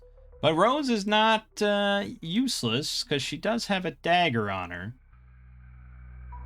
So we could give this to somebody to throw it. Who has the highest perception? Villegrad's got real good perception, so he'll take the dagger. And she also had the lamp and the oil flasks. So we'll give that to Danton to carry. Although I could see that all breaking from the fall, but will be nice yet again. It's not very realistic. The axe gods are frowning on my decision there. Oops, I moved. Ale flask to battle gear. It's a nice thought, but no. Alright, we're good to go. So we're going to continue on. That was our last random encounter. So now we're going to make it to the Colossus. Colossus is a towering 150-foot statue of stained yellow-orange bronze, heavily corroded with green verdigris and spotted with dark creeper vines. Once a temple to Yargoth, goddess of commerce, wealth, and accords, shameful greed and corruption eventually brought the priesthood to ruin. Sacked during a civil uprising, the site was abandoned to rust and decay, a poignant reminder of the evils of excess and the fate awaiting those who succumb. Long abandoned, the bronze doors sealing the entry tunnel buckled 12 months ago, allowing access for the first time in centuries. Womek, a warlock hidden in Thurg's End, was the first to investigate and attune himself to the temple. Unlocking the secrets of the Palm of Sacrifice, Womek soon turned half the outpost into Yargoth worshippers. Cultists experience prophetic dreams that come true if they are willing to pay the price. Generally blood sacrifice, often people. The Ogre Trail leads to the tunnel entrance at the temple base, then continues southward. An int check suggests the Giantkin gathered at the tunnel for a time before moving on without their captives. Tracks of dragging via ropes, nets end here. The ogres handed over their captives to Womek. Okay, let's roll an int check. Veligrad. Failure. So we don't realize that the ogres moved on without the captives. Suggesting that we would just keep following the ogres to nothing. Yeah, DMs don't do stuff like that. Like, if you want them to go into the Colossus that you've set up here, just tell them that information. Don't leave it up to a random roll. And that's not railroading. I mean, it really isn't. That's just not leaving nonsense up to chance or just random rolls. And, yeah, I mean, it's kind of like classic D&D thing of... Well, the classic, more modern D&D thing of rolling perception checks to, like, find the tracks. Like, you know, you're expecting your players to find the tracks and go to this location, and then... this happens a lot with newbie DMs, you know, and it's like everyone fails, and they're like, oh God. And then they try and scramble to improvise what that means that they failed the checks. And then everyone just ends up kind of upset at this stupidity. I mean, if you're going to force them to make the check, then the failure state really is just like it takes more time or something. Like there's some other issue that arises. Like if they're trying to chase after something, you know, they lose time following, you know, finding the tracks and picking up the lead again or whatever. But there should never just be a fail state where things crumble apart. That's if you have like intentions of like a story or a narrative or like a session that you're trying to run or get through or something like that. Like, you know, but if you're just running a big open Hexcrawl sandbox campaign, then, you know, you can do whatever you want. It doesn't really matter.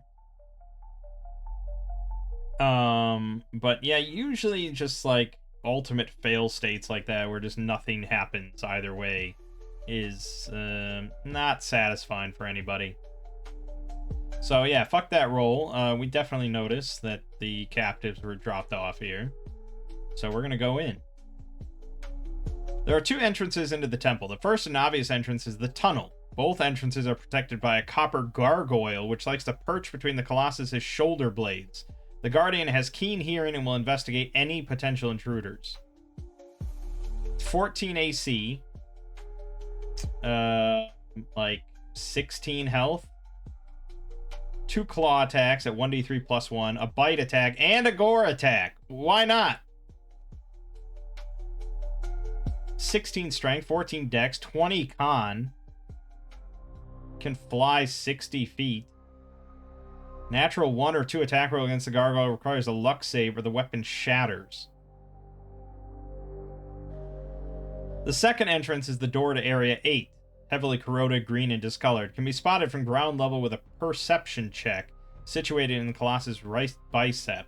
The door has no obvious handle, but a perception check reveals a hidden switch beneath a false panel. Okay, well, I guess, wait, it's all the way up here? There's a door under its... in its right bicep? How the fuck am I gonna get up there? It's 150 feet tall. The door is approximately 90 feet off the ground. Climbing the statue is possible, but taxing. 3 strength checks are required to reach it. A failed check means a fall to the ground and probably death unless precautions are taken, such as roping to another PC or pittons secured. If the gargoyle notices climbers, it attempts to snatch them up and drop them at high altitude.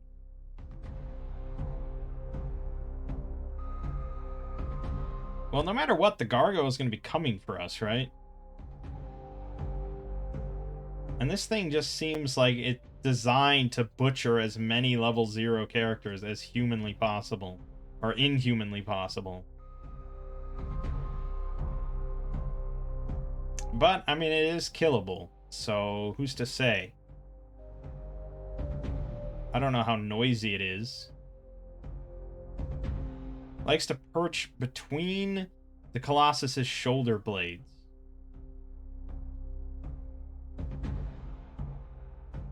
Okay.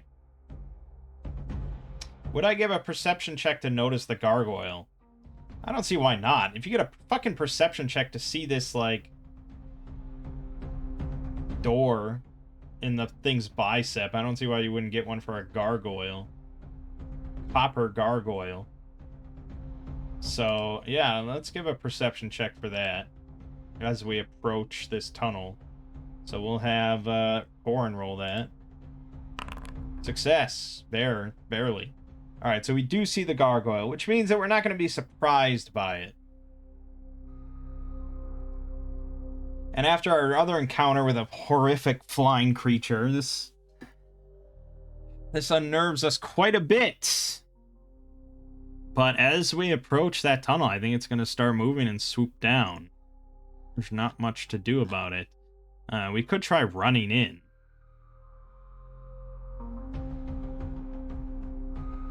I guess we could try running in, but maybe it's better to just try shooting at this thing. So, it's 150 feet up, give or take, and it can fly 60 feet per round. So let's just say that combat initiates when it's 120 feet up above us. Well, it can move 60 feet with a move. It could move twice, so it can get to us within a round. So let's roll initiative. And we will start with Tress. Since this round doesn't matter as much who goes first. Yes. Failure. Okay, so it flies 120 feet very quickly before we get a chance to shoot it. And it's on, like, ground level-ish. Okay, but then we all get to go. So we get to bum rush this thing. So Tress will stab it with a spear. Miss. As long as you don't roll a 1 or a 2, you're okay. With a... Yeah. Alright, Villegrad's gonna attack with the short sword. Miss. Corin's gonna shoot it with the bow. Also fucking miss with an AC 14. It's very hard. And Danton attacks with a short sword. Natural 19 effect, baby. Disarm is nothing here. So we do 4 damage out of its... What did I say? 16? Yeah, so it's at 12, and we're going to roll on the blade trauma. 2 is practically nothing. Practically shit. Disarmed. It doesn't make any sense. Doesn't make any sense. That's why I love the idea of the trauma tables, but I don't love the actual text a lot of the time, just because it doesn't, it seems like it's really written for, like, you're fighting some bandit, or, you know, you're fighting like a soldier or something. Like, it's fighting against a human opponent that has all human features and human equipment. Like, you start getting into some other stuff and it just doesn't always make sense. What am I supposed to do with a disarmed against a gargoyle or against any animal creature? Let me check the Discord. Doubt I'm gonna find anything.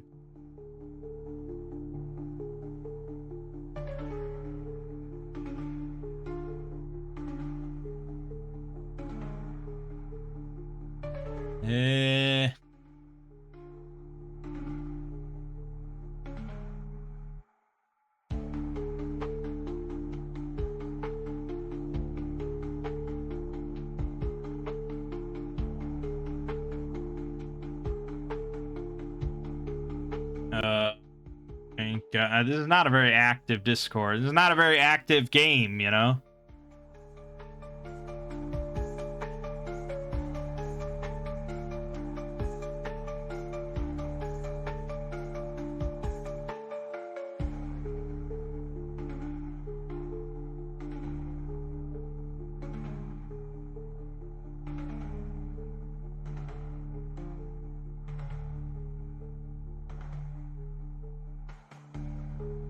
How is this not brought up?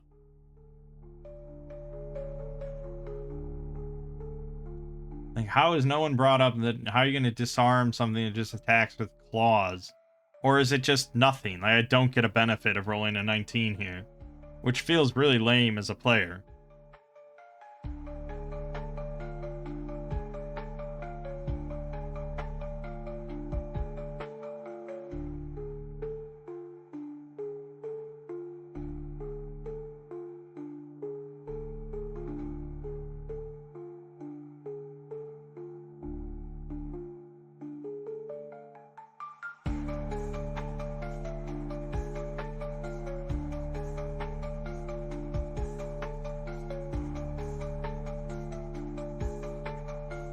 No one bringing this up? I can't believe this.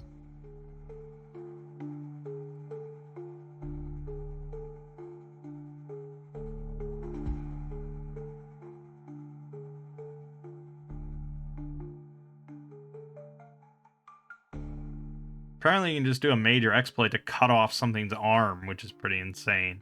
Like, basically anything except killing a single target you can do with a major exploit, which is pretty wild.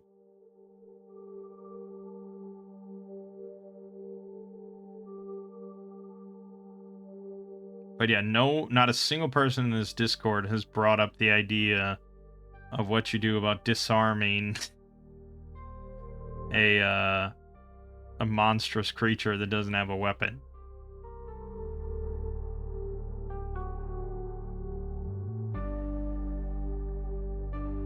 I mean, you could do it where you just, like, in this case, like, we disable one of his, like, claw attacks or something like that.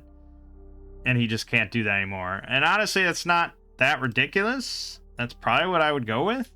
Except, that's quite a bit different than being disarmed. Because, if you're disarmed, if you lose your sword, you can just most likely get your sword again. But I don't know. I think the intent is to be kind of... You're disarmed for, like, the rest of the fight. I feel like that's kind of the intent. So, I guess, you know... In our case, yeah, he only has one claw attack now. We're going to do it that way. But we can stack on a major exploit, or attempt to. Or I could try a minor exploit. And I think it's better to try and blind him with pocket sand. So, we're going to go for an opposed dex check. Ooh, he's not getting out of that. No way. Impossible for him to succeed. So, boom, pocket sand. So he's got a flat 33% chance to miss now in all his attacks for a round. But now we go into the next round. We roll initiative with Villagrad, who has +2 from his short sword. We roll a 1. So, yeah, we definitely go first. Coronal... Oh, wait a minute. Was this... confusing all my games here, but like shooting into melee, because we definitely are in melee. Shooter in melee, target in melee. Target gains half cover, and if we miss, 33% chance of rerolling against an ally in the same melee. So he gets +2 AC against this. So really we're rolling against AC 16, which is not great. Miss, and now I have to roll a 33. Ooh, we just avoided shooting our buddies. Okay, Danton will roll. Now this, we're definitely surrounding this thing, so we're gonna give +3?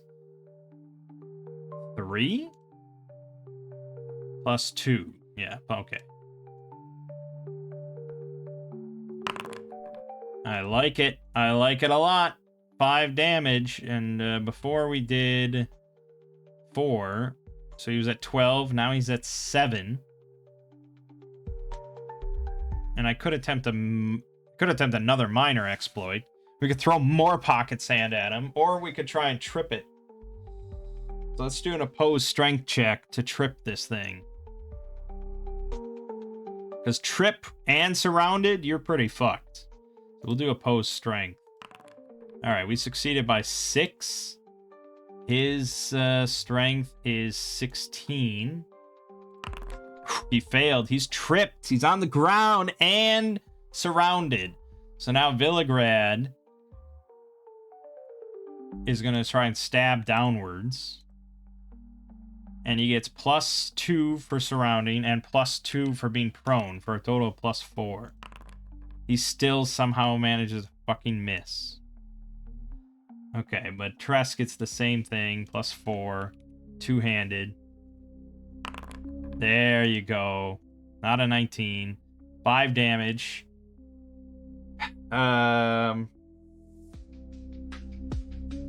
Meaning that it was, oh god, it was at 7, I believe. It was at 12. Yeah, it was at, so now it's at 2 health. So now I think it has to roll morale. It's gonna roll it immediately because it has to decide right now if it wants to attack or fly. That it's like life or death here. So it's gonna roll morale. It rolled a 10, which I assume it's a success. You could have put a modifier on that, but it's gonna try to take down somebody, and it's also, it can't see really well, so it's just gonna flail out with its attacks. So it spends its move to stand back up, and then it has 1 claw, 1 bite, 1 gore. So we'll just go down the line here for our 3 melee combatants. So against Tress, we have the claw. First, the mischance. Okay, it didn't auto miss. So it's gonna get +3 on this attack roll against her AC. Just barely hit, and it's 1d3 +1 for 4 damage. So she does go down. There's no way around that.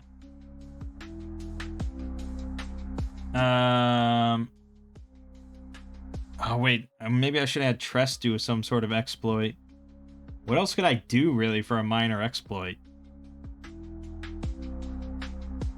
Oh, you know what I could have done is, like, pin it to the ground with my spear so it couldn't get up. And then it would have to roll from prone, which would be -2. That would cause this attack to miss. So I'm going to retcon this roll. It still might fail. It has a good chance of failing. But I'm just trying to learn the system, and we want to use a lot of exploits, things like that. And the thing is, enemies, every time they hit, they should be doing minor exploits as well. And that's why it gives like this random exploit little thing you can roll on to be a grab, push, prone, daze, disarm, blind. They should be throwing pocket sand. They should be knocking you onto the ground, dazing you. What does daze do? Should I be dazing people? Next action occurs last in the initiative order.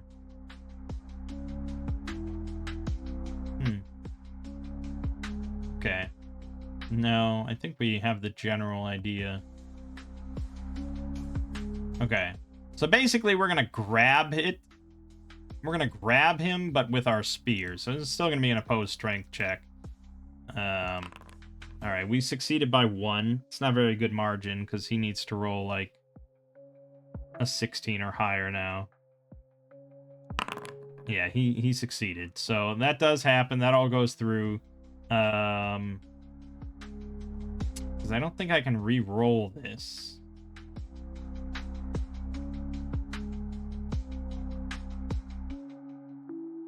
No, you can re-roll major exploits because that's a luck roll. But not unless you have an applicable skill, which this combat stuff usually isn't. So no, it happens. She goes down. She's down to 0. So bummer. Not pleased, but that's what happened. Blah blah blah. Falls unconscious, and we don't find out until after the fight. So then its next attack against Villagrad is going to be the bite attack, the flat miss chance. Ah, flat miss. Perfect. And then finally the gore against Anton. No flat miss. Attack roll. Ooh. Fucking whiff. Hell of a whiff. That's a 7 versus his 12. So miss. Okay. So now it's no longer blinded by pocket sand. I could see Mate doing another morale check now at the end of the round as well. Okay, succeeded again. New initiative. So now it's Corin, who has a terrible fucking initiative. Yeah, terrible failure. So this thing's gonna go again. So now it's pretty bad. It's going to do the same sweep, except 2 of the attacks are going to be on Danton. So against Vilgrad, we got an 18. That's a hit for the Claw, which is 1d3 plus 1. So 2 damage to Vilgrad. Then the Bite attack against Danton. 11 is a miss. Nice. And the Gore fumble. That's a fumble, my friend. So I get a free swing at him. Also a miss. Thankfully, we didn't roll a 1 or a 2. Okay, but then it's our turn, so Danton will swing again. Miss. Fucking hell. And Vilgrad will swing. Holy shit, these rolls. Damn. Alright, now Corrin has to do against an AC of 16. Yes! Got him. Right through the head. Corrin. Very, very nice. Alright, now the sad state of affairs. We have to check on Tress, our elf, who has 10.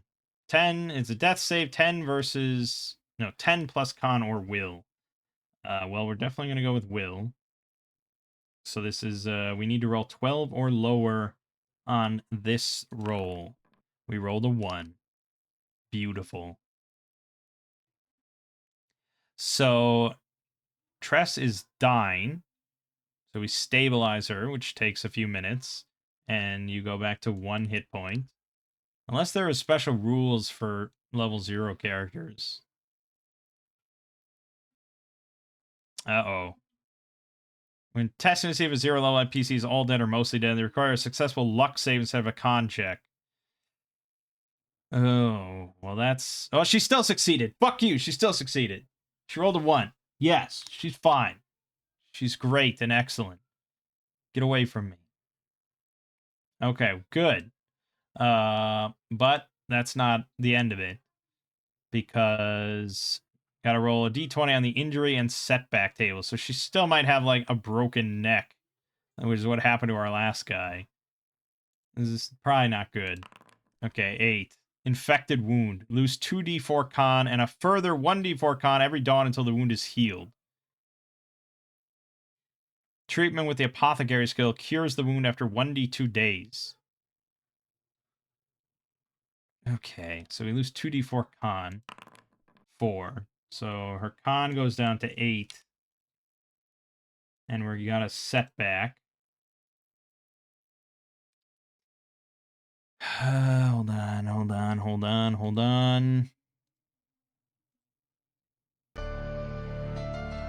Yeah, infected wound.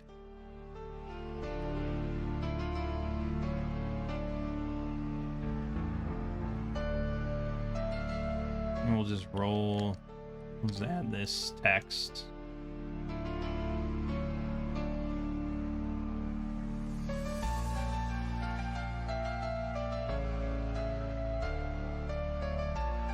So I guess we could just sit down right now and make the apothecary check.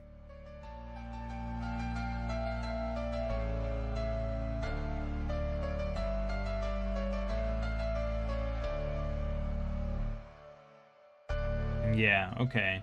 So we just roll an apothecary check. So int +1. Alright, so that's going to get cured in 1d2 days. So I guess I'll roll a d... Well, no, we'll just roll 1d2. 1 day. Okay. So that's it. Tomorrow it'll clear up. But her con takes a while to recover. Also, we're going to short rest for those that have short rest.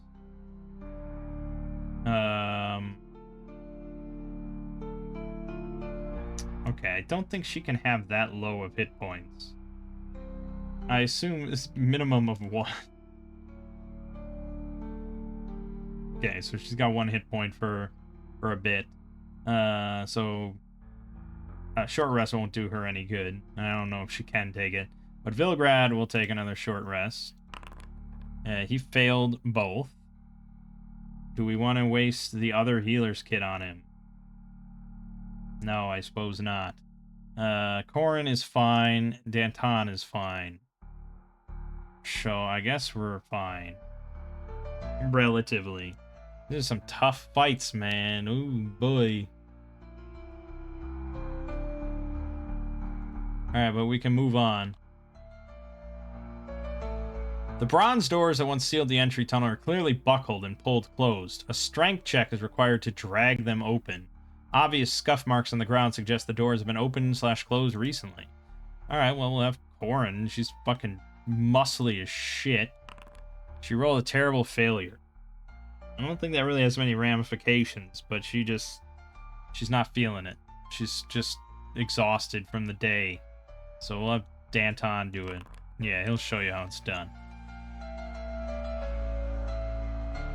The interior of the tunnel is cool, lit by flickering candle holders maintained by Womack and the cult.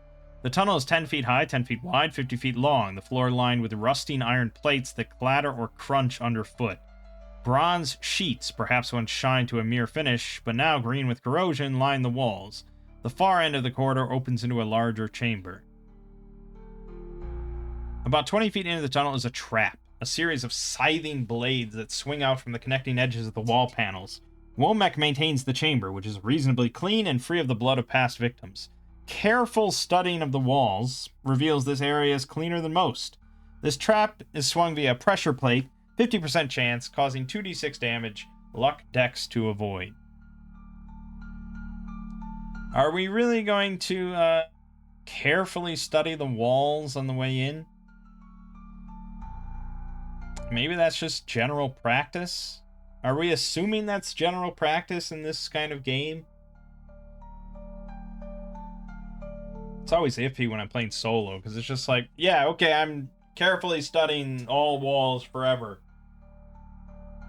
Did you hear that, DM? I'm carefully studying every wall I ever come across. I don't know. Is that what I want to do? I guess I'll give myself one perception check. Okay, we got a great success. So it revealed that this area is cleaner than most. How would you fucking possibly recognize that that means anything?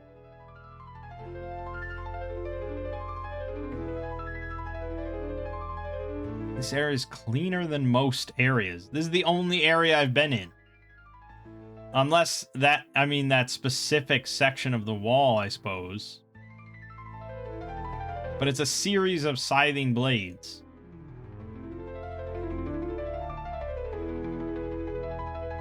It's pretty vague, man. I don't know. That's all pretty rough. I'm not sure what I would really say. But then it's like, okay, all right, then I want to inspect the floor as well. I'm going to carefully inspect the floor. The DM's like, okay, roll perception. Oh, I succeeded. Oh, okay. Now you notice the pressure plate. Is that it? Is that what they want me to do? Is that the whole game? And then I just avoid the pressure plate and problem solved? I get it's either that or I just roll 50%, you know, D100 4 times. And then if we get 50 or lower, then that person triggers the trap. Okay, we triggered it at least twice, you know, so Trass walking, well, I don't know why it would be Trass, it would be Danton in front.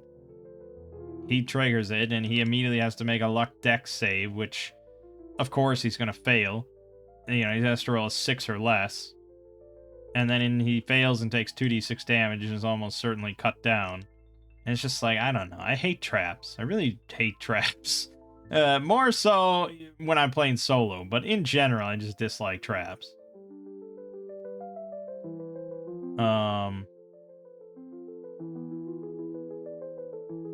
But it's like, didn't it just a bunch of like dirty peasants that just got like captured? Didn't they all just come through here like moments ago? Or like not that long ago. There should be like dirty footprints or something on the floor. And we can see that they all carefully went around one section of the floor. There you go. Now we know. Avoid that. Let's just move on. The 20-foot narthex to the temple has an alcove housing a 7-foot idol in the northern wall. Beside the southern wall is a 3-foot copper urn. Stairs lined with bronze panels ascend to the west. The idol is approximately 7 feet tall, carved of granite, simplistic in form with twin malachite gems for eyes. Shades of dark green, 1d4 times 100 gold pieces total. Wow. Either they changed the standard from gold to silver for Tales of Argosa, or this is a lot of money. I have a feeling Low Fantasy was based on a gold standard. Let me try and find the equipment. I still have that PDF open, so let me try and find it. Yep. Low Fantasy Gaming, the first edition of this game was a gold standard. Longbow cost 50 gold. Okay. A pressure plate built into the right shoulder of the idol causes it to swing outwards, revealing a closet of 3d6 yellow hooded robes adorned with Yargoth's symbol, a trail of coins. The copper urn is inscribed with prayers to long-forgotten Yargoth in ancient common. An int check deciphers the word as litanies professing the holiness of tithes and the unholiness of failing to meet one's spiritual responsibilities. Placing coins or other small objects of monetary value in the urn invokes a magical boon, gaining 1 luck. Inside the urn are 4 D100 gold coins. Well, that's quite a lot of money. PCs ascending the stairs without making an offering or stealing from the urn or idol suffer a spiteful curse. Alright. I think we're going to have to make some oracle checks here. So, question 1. Do we steal the twin malachite gems from the idol by reaching up with my tongs and plucking them out? So we're going to just follow Shadow Dark's oracle because it's in my head right now and I know how it works. It's pretty simple. No, we're not going to. Let's roll a perception to see if we notice the pressure plate built into the right shoulder of the idol while inspecting this situation. We definitely do. Do we push the pressure plate? Because that's not always a good idea. We do not. Alright, fair. Then roll an int check on this urn to see if we recognize that text. We'll have Vilgran do that. He definitely does not. He has no idea what that is. And then do we take the coins out of the urn? We definitely do not. Okay, we don't do anything here. We just like, oh, okay, that's pretty interesting. Do we make an offering? I'm gonna have to make this one unlikely because we didn't recognize the text. We do make an offering. So we see the coins in there. We see this sort of religious shrine almost. And we decide that, okay, clearly this money isn't just here for the taking. Someone's putting money in here. So, we're going to have to offer something ourselves. Now, the problem is we don't have anything. We have some basic stuff. I have my ale flask. Is that an offering? I think, an offering is something that you're giving away that means something to you or is of value to you. So I think Danton giving away his ale flask is meaningful. So we'll donate that. We'll give that up. And then I guess we'll ascend the stairs. Now, here's the last oracle question. Does the ale flask count as an offering? It does. All right. Excellent. Thank goodness. We continue up the stairs. We're doing all right. An iron door, marked with the icon of a battered shield with wings, an archaic symbol for determination, resilience, and persistence. Pulling or pushing on the door will not open it. Instead, the door must be raised up into a vertical recess where it locks in place. Strength check or by depressing a secret stud button on the left border perception check. The door locks into place before lowering itself after 10 minutes.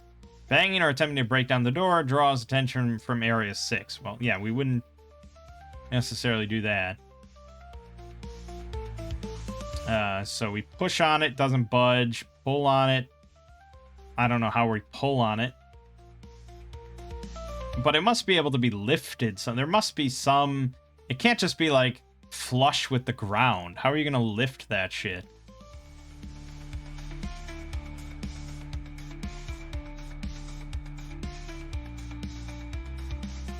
Well, maybe it is. Maybe it is flush with the ground because it's normally raised by depressing a secret stud button on the left border. So I guess we'll roll another perception check. Ooh, fail. No go on that.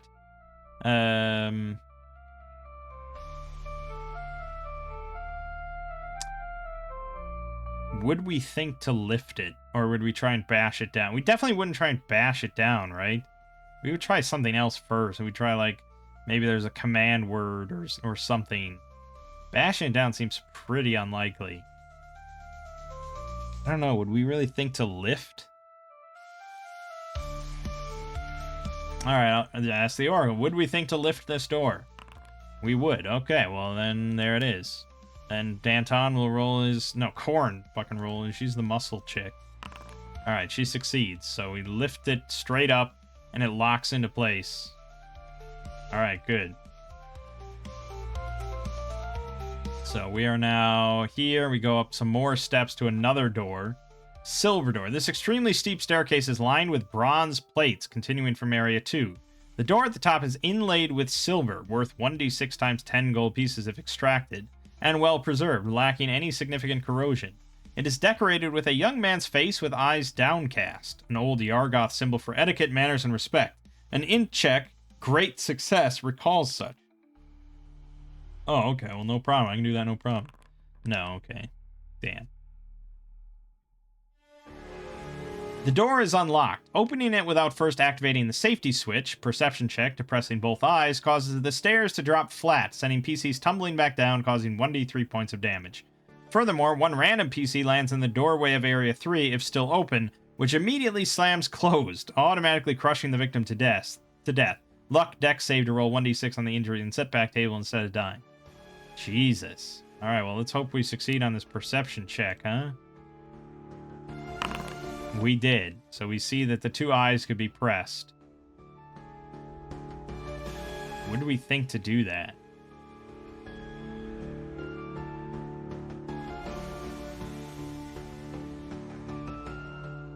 We seem pretty wary already of pushing things.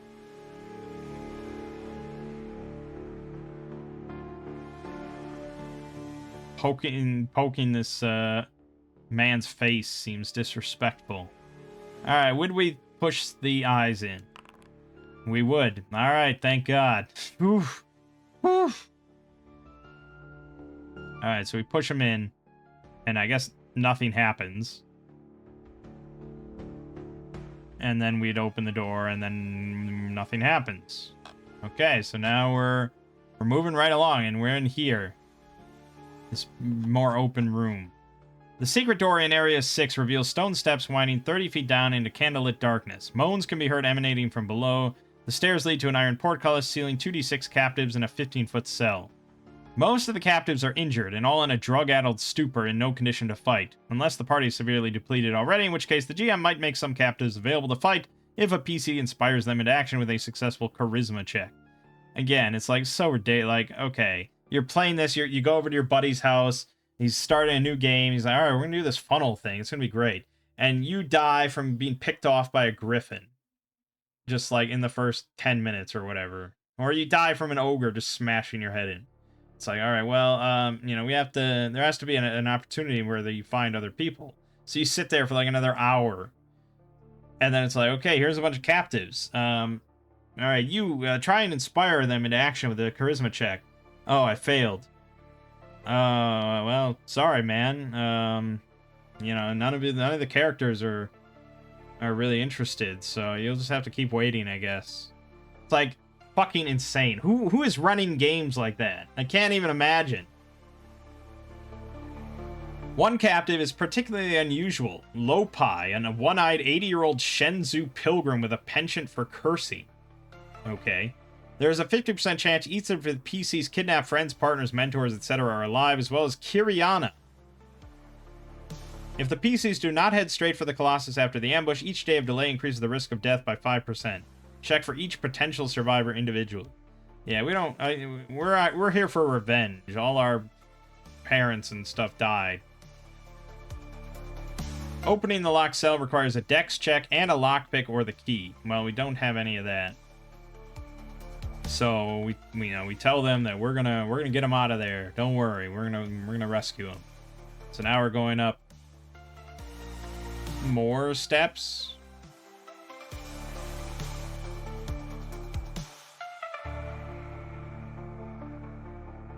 In ancient times, only the ordained clergy of Yargoth were permitted into the primary worship chamber. 40-foot square with 60-foot ceiling, the walls are hung with panels painted in silver and gold. Lorded over by an imposing 40-foot statue of Sursalamor, martyred high priest and immortal saint of the Golden Goddess. In check. A sealed sarcophagus is adjacent to the western wall. 3d6 cultists are present here, participating in rituals of blessing and devotion, preoccupied with their chanting, the air thick and hazy with pungent incense.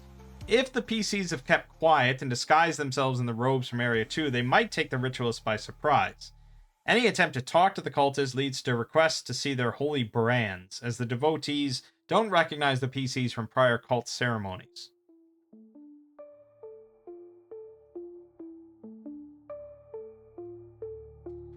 How the fuck are we supposed to take on 3d6 cultists? Are you out of your mind?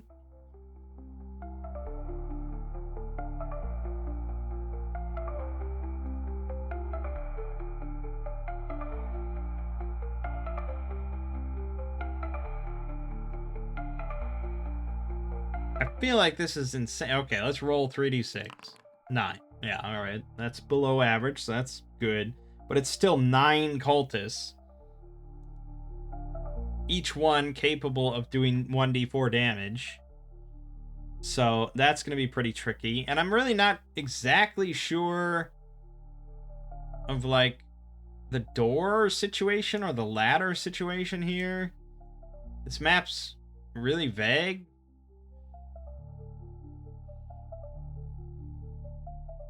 I guess it implied it was a secret door, what didn't it? Secret door in Area 6. Okay. So there's a secret door in Area 6.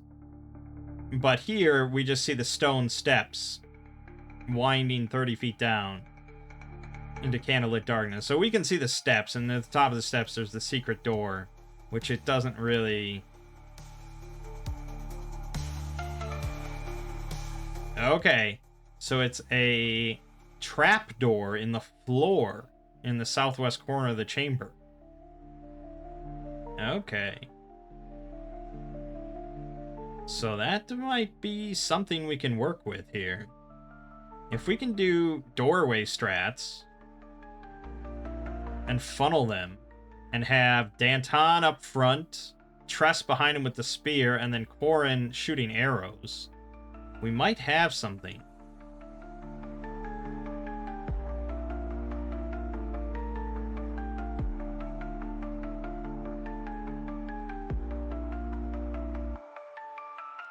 Alternatively, if we take the oil flasks, because this has all been candle-lit areas, so we haven't lit this or anything, but say we slowly kind of douse the area around the trapdoor here with oil, and then when things kick off, we lead them there so that they're, you know, rushing down from the top of the stairs, and then we throw the lamp, like, as soon as they get there. And we just light it on fire. It's a little tricky, though. I don't know if that's really going to work.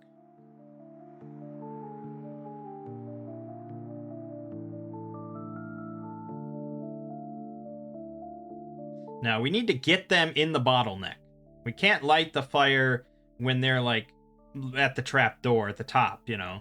We need to trap them in, burn them, and force them into this horrible situation between Danton's sword and fire behind them, just roasting their asses. So really, yeah, just douse the area in oil, and then we'll fight like a little further down, and then partway through the fight, Villagrad is going to toss the lamp above everyone's heads, so it smashes against the top of the stairs and hopefully lights all the oil on fire. But either way, it's probably going to do some work, you know. That's the plan. So we're not going to lift the trapdoor. Well, I guess we do lift it very slightly, and we hear like them chanting, and we see 9 cultists in the area, and we come up with this plan quickly. And so then we're going to dump out the oil flasks onto the top of the stairs here, dousing the whole area. Try not to get too much on ourselves. So I'm going to dump these oil flasks, and we're going to give the lamp over to Villagrad, so he has it. And, right. I guess, yeah, everyone else will be further down. Danton's just going to fling the trapdoor open and, you know, insult their mothers or something, you know, whatever. Just call them fuck faces, whatever it takes. Eat my dick. And then he's going to rush back down the ladder, and then we're all going to get into position. Now, it says here that the cultists are fanatical and fight to the death. So he's definitely going to... They're all going to definitely charge in. They all have 4 HP. 11 AC. And the stairs here are pretty... I imagine they're pretty cramped. It certainly looks pretty cramped. I can't really tell here. Oh yeah, look at how cramped this is. Also, this is not really a... Well, this doesn't really make any sense. This is area... Oh, this is area 6. This is area 5? Wait, did we go from 4 to 6? I think we went from 4 to 6, so never mind. I have to reinterpret this whole situation. Why is 5... Why is the cells at number 5? Okay, so never mind. We're here. They're all in here, so we're at the top of these steps. So we would kind of be at a disadvantage. So we would hear them chanting. Yeah, I mean, we'd be able to sneak up a little bit here. So I think we still want to invoke doorway strats. I guess basically, maybe we want to do it like here. Do it at this corner. Yeah, we'll do it at this corner. So we got Danton kind of right in the corner there. We got Tress right behind him. We got Corrin at the top of the steps, shooting her bow past. And then Villagrad kind of on the steps, like right behind her. He's not doing anything until he gets the signal, and then he's just going to throw overhanded the lamp as far as he can over everyone's heads to crash against this wall. And that'll hopefully do some good fire damage. So maybe we'll kind of trail the oil down the steps so we get kind of good coverage of this whole area. And that should be pretty solid. If everything goes well. That's the hope. Okay? So we're going to have everyone in position. I could have Corrin fire arrows to pull them, like an MMO. I mean, it's basically what's happening. But I think that's a little too risky because she's in the back of positioning, so we don't want to fuck with that. So they'll just wait. Danton will taunt them and then run back down. And now we'll get into the thick of things. So the first guy, the first cultist, fanatical, running down the stairs. He turns the corner, and now we will roll initiative. I guess I could have a readied action to stab him. We'll do that, and then we'll roll initiative. Alright, so Danton will just roll a short sword with just a normal roll. Okay, he's at 1 health. Pretty close. But now we'll roll initiative. And we'll start with Tress. Failure, okay. So that cultist is now going to counterattack. He gets +1 on the roll. He rolled a 6. He misses. It feels a little unfair. I feel like at this kind of corner, if Danton is right here, I could see another one attacking. So I will give him another roll as well. It's not a perfect strat. Okay, they both missed. Good. So now we go. Danton's gonna spear, sword him again. Definitely very dead. Tress will try and spear the next one over in line behind him. Very good. That is another kill. I don't know if there's even one in position for Corrin to... Yeah, there's not even one in position for Corrin to shoot because they're the wall, and we really only can kill like 2 per turn. And there's 7 to go. But the lamp strat will work. Trust me, it'll do good. Alright, so that's the round.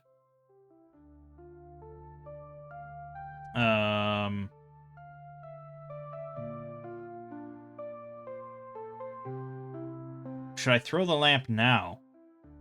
Because if we win initiative next round, they're not in position yet. So we'd basically just be standing there, although I could ready actions, which is probably what I should do. Alright, fuck it. No, we'll do it. We'll do it next.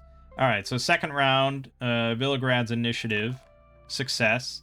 So now we're going to ready actions. So Danton, Tress, and Corrin will all ready attack actions.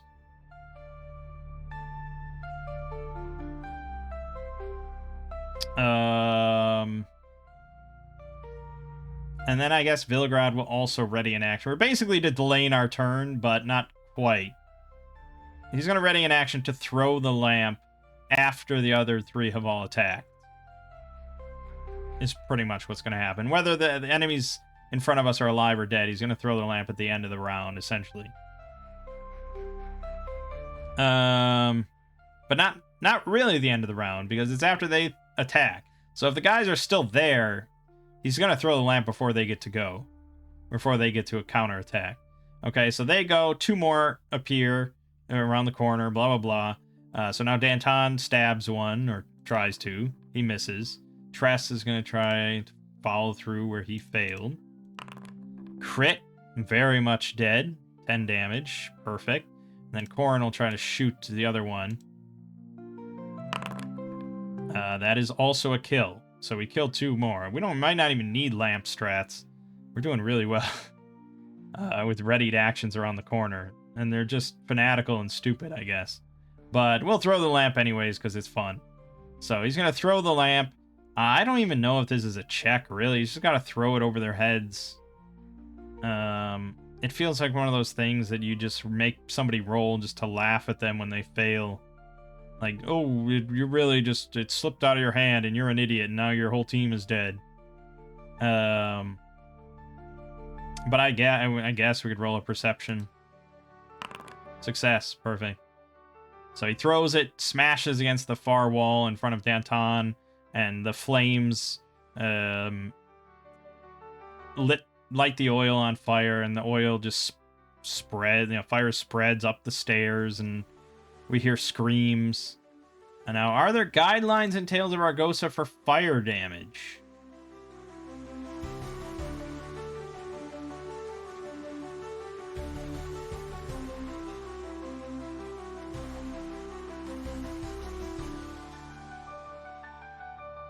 I mean, there's blast trauma, but this isn't really that. This is just fire. And I apparently lost my whole menu. Thank you. Fire.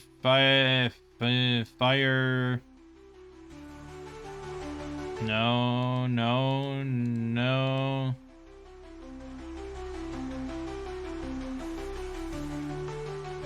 Fire pot. Also, yeah, we didn't really track ammo. I'm supposed to track ammo.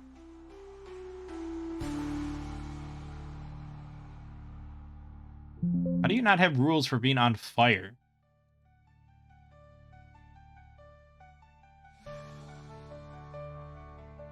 That's wild, right?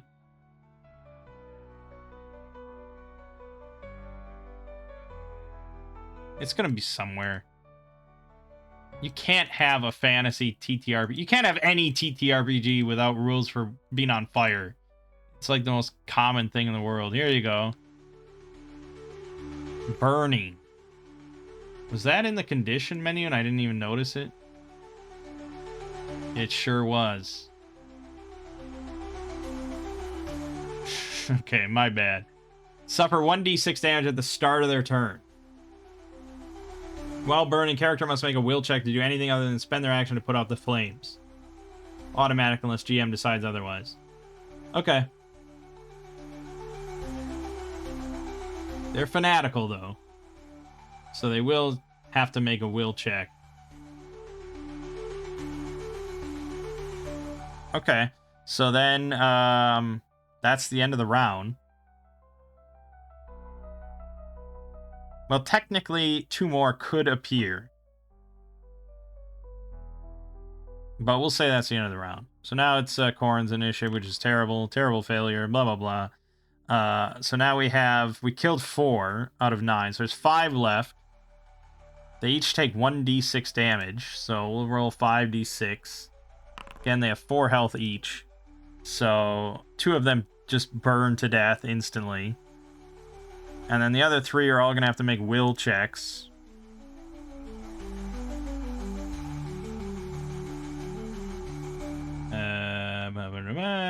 They have a will of 12. So 1, 2, 3. All right, one of them is going to just pat himself out. He's not quite as fanatical as the others, apparently. The other 2 are going to charge in and try and kill these heathens that have desecrated their holy Colossus. So they're both going to swing at Danton on fire. First one rolls an 11, miss. Second one rolls a 5, miss. Bummer for you guys. So Danton will counterattack. That is a kill on one of them, and Tress will probably kill the other one because we're awesome that way. Yep. 2 dead. Third one. There's 1 left, although I don't think we'd really know that. So, just in case, Corrin will ready an action to shoot at whoever goes around the corner next. So, initiative. Okay, nothing. Danton then. I mean, we knew how many were in the room. We looked in. So I guess Danton will go around the corner to try and kill who's ever left. And he sure does. And that's the end of the encounter. Now, was that too easy? Did I handle it too casually and I should have made it a lot harder? I don't know. Doorway strats are eternal. The lamp, I mean, we lost our lamp and our oil flasks. So that's a cost that we had to spend there. And maybe it wouldn't have really worked like that. I don't know. It seems quite plausible. Oil burns and trail of oil. They were quite fanatical. So, you know. And I think we can rule that he didn't really hear it. Because we're not in that room. We were further down in the stairwell. So I don't think he really heard anything. So they all have ceremonial knives on them. Which we can rule as daggers. Do we want more daggers? We probably want daggers. I think everyone should just take a dagger. You never know when you might need a dagger. So I'm going to just spread some dagger love around to people. There we go. I guess I'll short rest. That was a significant fight. There you go. Remember, you can, like... You can never heal to full with a short rest. That's something I remember. But we're good otherwise. Yeah, we're good. Okay, moving on. Because it's getting quite late. This has been a long video. But I want to really... I mean, are we going to finish this? It feels like there's many rooms left.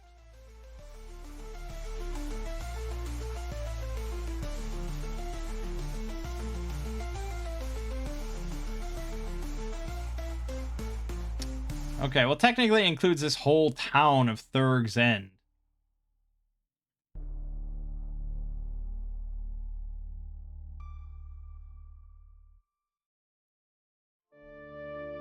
which is like the second half of the adventure or something like that.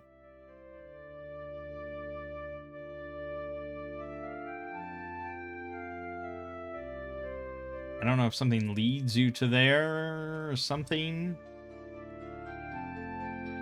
I don't know. I'm not quite... Well, we want to finish the Colossus, so let's do it. PC's investigating behind the statue found a concealed stairway leading up. A narrow archway covered with a hanging tapestry depicting Yargoth raining gold down on her followers. In the southwest, the secret trap door. Perception check. Okay, so now we have to roll and see if we even notice that. We do. All right. And we'll go down and check the prisoners. We can't break them out, but we promise we'll get them out. Don't worry. Killed a bunch of cultists, and we're going to find the key. So the final stairway leading up. It's dimly lit with widely spaced candles. About halfway up is a tripwire. Perception check at -2 penalty. Alright. -2. Great success. We rolled a 1. Definitely see that. Causes a barrel of oil to pour onto the first 2 people in the stairwell, catching one of the candles and setting them on fire for 2d4 damage. If the trap is detected, an int check allows the PC to disarm and scavenge/repurpose the barrel. I like that! I like that, Johnny. I'm gonna use that. Int Villigran. Oh, no. We're like, okay, well, avoid that tripwire. And our characters don't even think to disarm it. We're just like, no, oh no, avoid that. We've seen what fire can do to people. Okay. Moving up.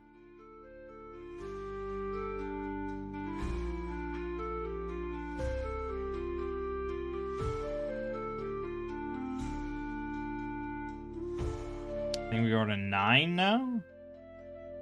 Wait a minute, where were we? 7? Was that 7? That was 7. And that leads straight up to 10. So 8 and 9 are separate.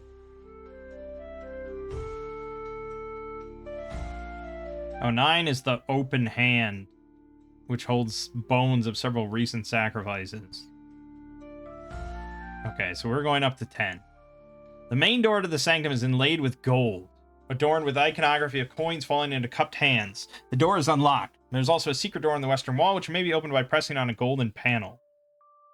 The room beyond is 25 feet by 20 feet with a 10-foot ceiling lined with panels of tarnished gold worth 2d100 plus 100 gold.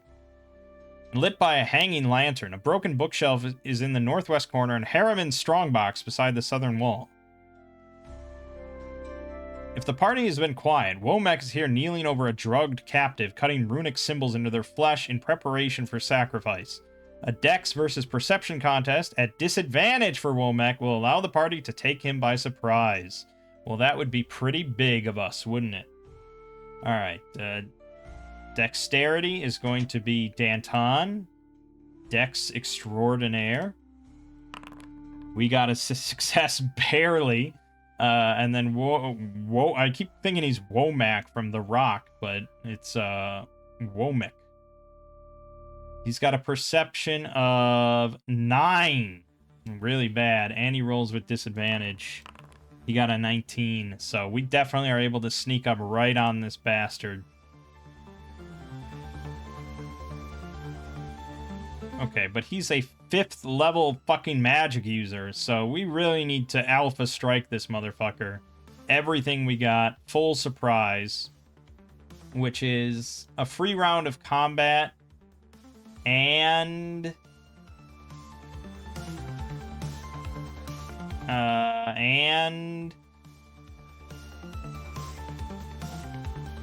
was it advantage or was it just yes? Okay.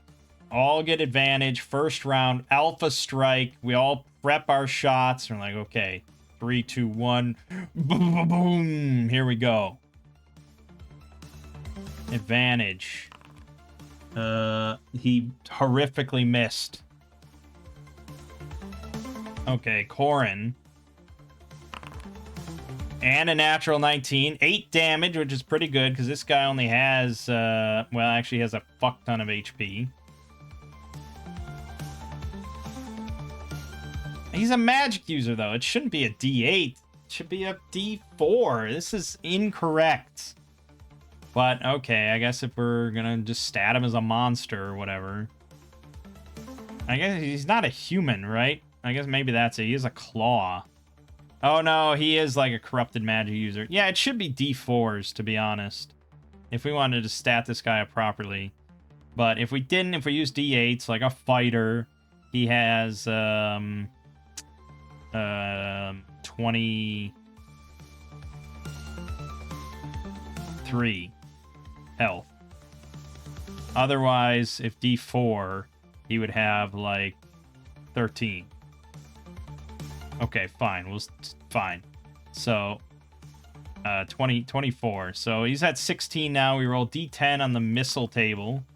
3 is not very high. Why can't we get a good trauma roll? I just want to see it be amazing and instantly kill him. Why do you do this to me? Missile trauma 3. Disarm.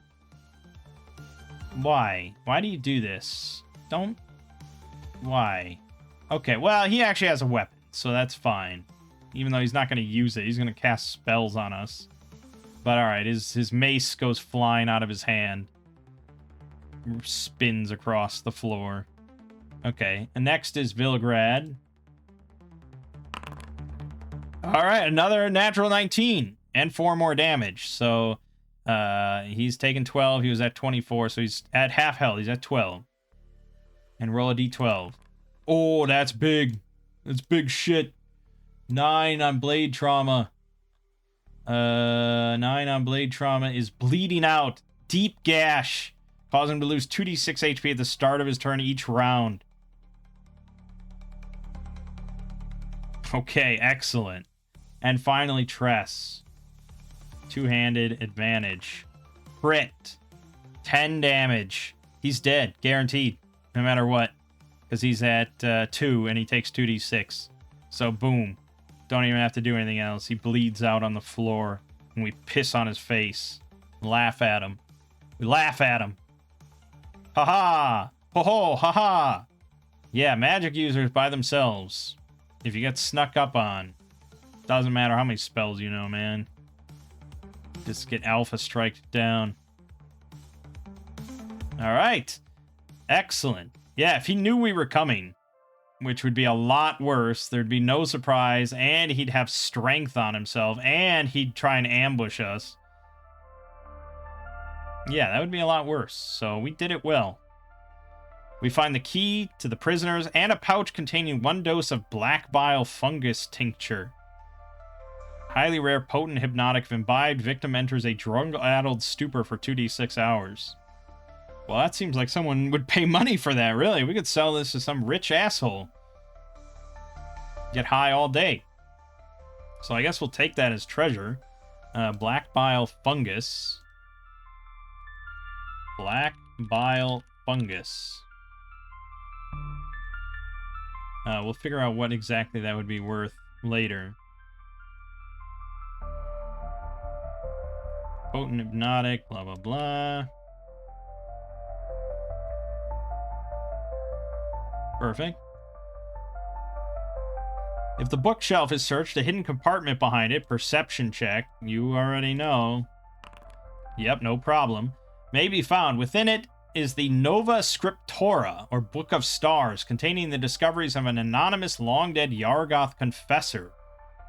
Spellcasting exorcist worth 2d4 times 200 gold pieces. For the right collector. A PC interested in becoming a first-level cultist or magic user may do so gleaning secrets from this tome. Yes, I suppose we will take that. And our cultist or magic user. I think Villigrod is going to become a magic user. Just because he has the highest int and I want magic. Really, I mean, that's the entire justification. So he develops an interest in this book. The Nova Scriptura.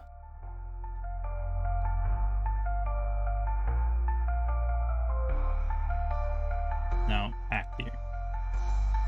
Okay, excellent. And then we free the prisoners and we make our way back down and we avoid all the same traps and everything. And we're out of there, baby. We're heroes.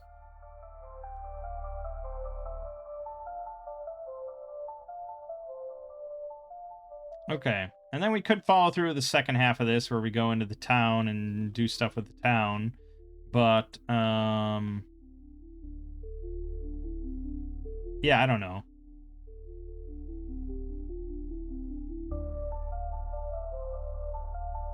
I guess that's technically the second half of the adventure, but it seems really cruel to do all that just to get to first level.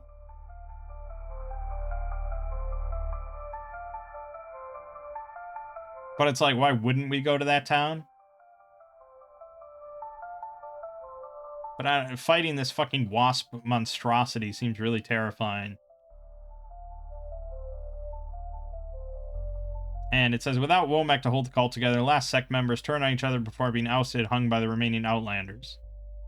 I don't know if you have to resolve everything in the town for that to occur, or technically we won. I feel like we won. So, I don't know. I'd have to read all this to really make sure, but I feel like we won. The game PCs gain first level in a class of player's choice. Players and or GMs preferring a clear connection between our PC's actions and their chosen class might consider the following.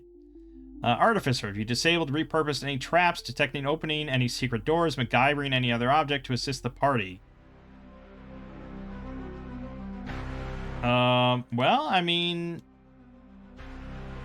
Villagrad did light everything on fire. That's sort of Artificer, but it's also kind of a magic user thing, just to light everything on fire. I don't think we're going to go with an Artificer here. Barbarian, showing fury or rage, blah, blah, blah, tracking, hunting, wilderness, survival, bard, fighting enemies, handling real weapons, inspiring or entertaining. It's kind of hard to say, but, alright, I think it's, Danton is fighter. There's not really any doubt about that. He's clear fighter material. Villagrad's going to be a magic user. Horan is going to be a ranger, because that's pretty clear as well. Although she could be a lot of different things. But yeah, we'll go with ranger. Her poor dex really doesn't want to put her in front. And she doesn't have like an amazing charisma, will, int, or anything. So yeah, ranger. And then Tress, I'm not quite so sure about. She could kind of be anything. I guess maybe she could be a cultist if we wanted to go a cultist route. I wouldn't say bard. I don't really imagine a barbarian. I don't really picture a monk either. She could be a rogue, though. So do I want a cultist or a rogue? She didn't do anything really roguey, though, but I guess she didn't do anything really cultisty either. So it's just kind of a crapshoot. So when in doubt, I guess I'd go cultist. Because I changed things. We're going to get to this next time. We'll level up everybody to first level next time. But I want to talk about this now real quick. This is what I spent like 5 hours today working on. And that is all my templates for the base classes in this game. This took a shockingly long time. I really didn't think it was going to take that long, but it did. And that's with...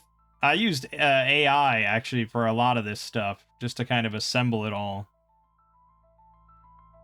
So, templates from Axe. I really love the concept, and I really wanted a little bit more choice when making your first level characters than the game provides. Because by default, everything for character creation is basically random except, like, your class choice. But even that is... Yeah, I guess. Yeah, your class choice really is like the main thing you pick. So I wanted more than that, so we have these templates. And if you didn't watch the Axe videos, essentially, say you pick Bard. When you pick Bard, you're going to roll 3d6 on this template list. And then you can pick that template, or you can pick any template of a lower number. So if you roll an 11, you can pick Orator, or you can pick Herald, or Minstrel, or Skald, or Piper. You just can't pick anything above it. And this is going to determine your starting skills. And then your starting abilities. So for Bard, there's no choice there. Some of the classes have different options available for their abilities, but Bard is pretty simple. And then your starting equipment, including if you have any leftover gold or anything. So this is going to be what weapons you start with, armor you start with, various other equipment you start with, and it's all wrapped together in one neat little package. I don't think that this is perfect. I think there is a lot more that could have been perfectly suited to these. It depends on the class. The ones that I was able to copy directly from Axe templates, those probably work the best with fitting the equipment to like the actual thematic template title. So like if you pick fighter, you know, the Ravager starts with a long bearded axe and a Francisca chainmail, you know, stuff like that. That feels much more thematic of a choice compared to Gladiator, who starts with 2 swords and heavy arena armor and stuff. And Fighter has the adaptable stuff, like the weapon styles. So those actually have been selected as part of the template as well. Normally, you just roll like twice on the list randomly and you get whatever you get. But here, at least, you know, you roll for the template, which is random, but then you can pick anything from lower. So you can kind of pick the adaptable skills that you're looking for. Like if you roll Marauder and you don't want Long Reach as your adaptable style, you wanted Two-Hander, you could downgrade down to Ravager, and then you start with like a Great Axe and you get Two-Hander and Charger, and you might be happier. There is benefits to going higher up on the list, though, because you usually start with better equipment, and you start with probably more gold. All the classes, if you roll 18, the highest, 17 or 18 for the highest template, that one starts with a horse. They all start with a horse. So that is a possibility, but it's pretty unlikely. And then I came to the big issue, the longest part of this, which was the magic. This is a low fantasy game, and frankly, that just doesn't really interest me that much. I think, like, Shadow Dark is still, I consider, like, a relatively low magic game. This is, like, extremely low magic, where it's almost, a lot of groups are not even going to have a magic user. And I think even the designer is like, most groups DMs are not even going to allow a group that has both a cultist and a magic user in it, which is just crazy to me. So I wasn't happy with that. I understand that this is against the spirit of the design of the system, but I still don't care for it. So I wrestled back and forth multiple times of like, maybe I should just leave cultists as they are. I don't know. Maybe I should try this more. I don't know. I was looking at other systems. I was like, maybe I can adapt the Glog magic system. I don't know. In the end, I copied Shadow Dark's magic system. Surprisingly. Not entirely, but mostly. So we're going to be using Shadow Dark spells, specifically from the Novice Magic collection, because it's a big selection of relatively simple, short text spells that work pretty well with the system. Some of these are going to have to be adapted, because there's not like Whiz Check versus DC 15 or something like that. So those will have to be altered a little bit, but again, I'm not publishing this, so it doesn't really matter. So yeah, cultists now just get spellcasting. They get divine spellcasting. Their templates determine the 2 spells they start with or whatever. And then their deity choice will probably give them like a 3rd spell to start with. Or if not that, I haven't really decided yet, but if not that, then it just adds spells that they can choose from when they level up. You can cast spells a number of times per day equal to your level. This is written pretty vaguely. What I mean is that you can cast a number of spells each day equal to your level, but then those uses are replenished by short or long rests, like class abilities are. So at level 1, a cultist can cast 1 spell between rests, which is definitely lower magic than Shadow Dark is, like straight up. And I'll concede that to at least differentiate it a little bit.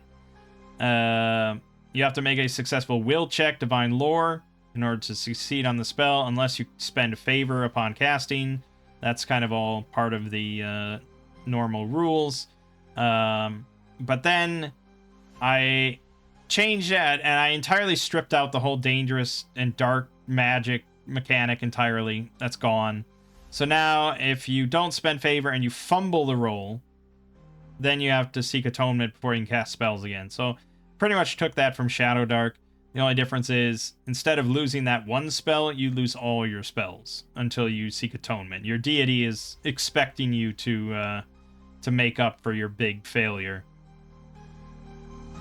So that's divine spell casting, and then magic using arcane is basically the same, except int, arcane lore, and also you have to have a hand free for arcane spell casting, not for divine casting, because divine casting, you're literally just making a plea to your deity to do something for you. Whereas arcane is you're doing it yourself. And if you fumble this roll, you have to roll on the dark and dangerous magic table. So I guess I didn't remove it entirely, but it's much, much, much less common than it was. There's no escalating chance of it happening. There's no, yeah, get rid of all that. So this should be just a wild and rare thing that does occur once in a blue moon. So it's still there, but pretty slim. So yeah, there'll definitely be more spellcasting than before. Although, I mean, really, yeah, I didn't curb arcanes. I didn't change arcane spellcasting that much, because this number of times per day is still basically the same. They have a rule where you can only cast each spell a number of times per day equal to your int mod. I've removed that entirely. That might eventually be necessary to put into place, because it might eventually get out of hand. With once you're like level 6, I guess you could just cast like 6 fireballs a day. But I don't see that as a problem. I see that as a perk. But yeah, adding spellcasting wholesale to Cultists was the big thing that I went back and forth on and I waffled on. But ultimately, I just prefer this kind of traditional D&D sort of fantasy stuff. So that's a subjective thing. But I understand people that want to play this game specifically because the Cultist doesn't have that normal spellcasting. I could see that as well. So to each their own. Yeah, so that's pretty much all the template stuff. The other thing I did change that I complained a bunch about last time was Ranger. Forcing an animal companion onto you, I think, is dog shit, and I never will stand for it. So now you have the option. You can take the Beast Companion or take the Duty Bound talent. When you miss an attack, your next attack against the same target before the end of your next turn is made with a +2 bonus. It's not hugely significant. I thought about making it bigger or even making it advantage, but I replaced one of the Ranger Craft abilities with Unceasing Strike. When utilizing the bonus from Duty Bound, you can trigger this talent to roll with advantage instead. So that's where I put it. And then at level 7, you get Master Hunter, which normally buffs your Beast Companion a bit. But now, I added, at the start of each day, choose one type of enemy. For the remainder of the day, your attacks against those types of creatures are made with +2 bonus and deal an additional 1d6 damage. I don't know exactly how much damage 1d6 is at level 7, but I believe the intention is for that to always be a relatively decent amount of damage. I think. I don't know. Playtesting required, but either way, I'm always going to take that shit over a Beast Companion, because I don't have much interest in that, unless I'm playing Wrath of the Righteous, in which case, bring on all the Beast Companions. Okay, that's about it. So we'll get to that next time, level us up to level 1, and start some sort of Hexcrawl campaign. Probably find some new method of generating the Hexcrawl compared to last time. I don't know. We'll see. I'm sure it'll be interesting, though. So far, yeah, I'm feeling a bit more positive about Tales of Argosa. I like a lot of the mechanics that I've kept and things like that. And I like the roll under mechanic, and I like the combat, I like the exploits, I like the trauma, I like all that stuff. So, yeah, so far, pretty good. And we did well, and we won. It was all good. Didn't really get a lot of treasure, but anyways, my name is Mang. This has been Solo Roll Manging, and I'll see you fine folks in the next part.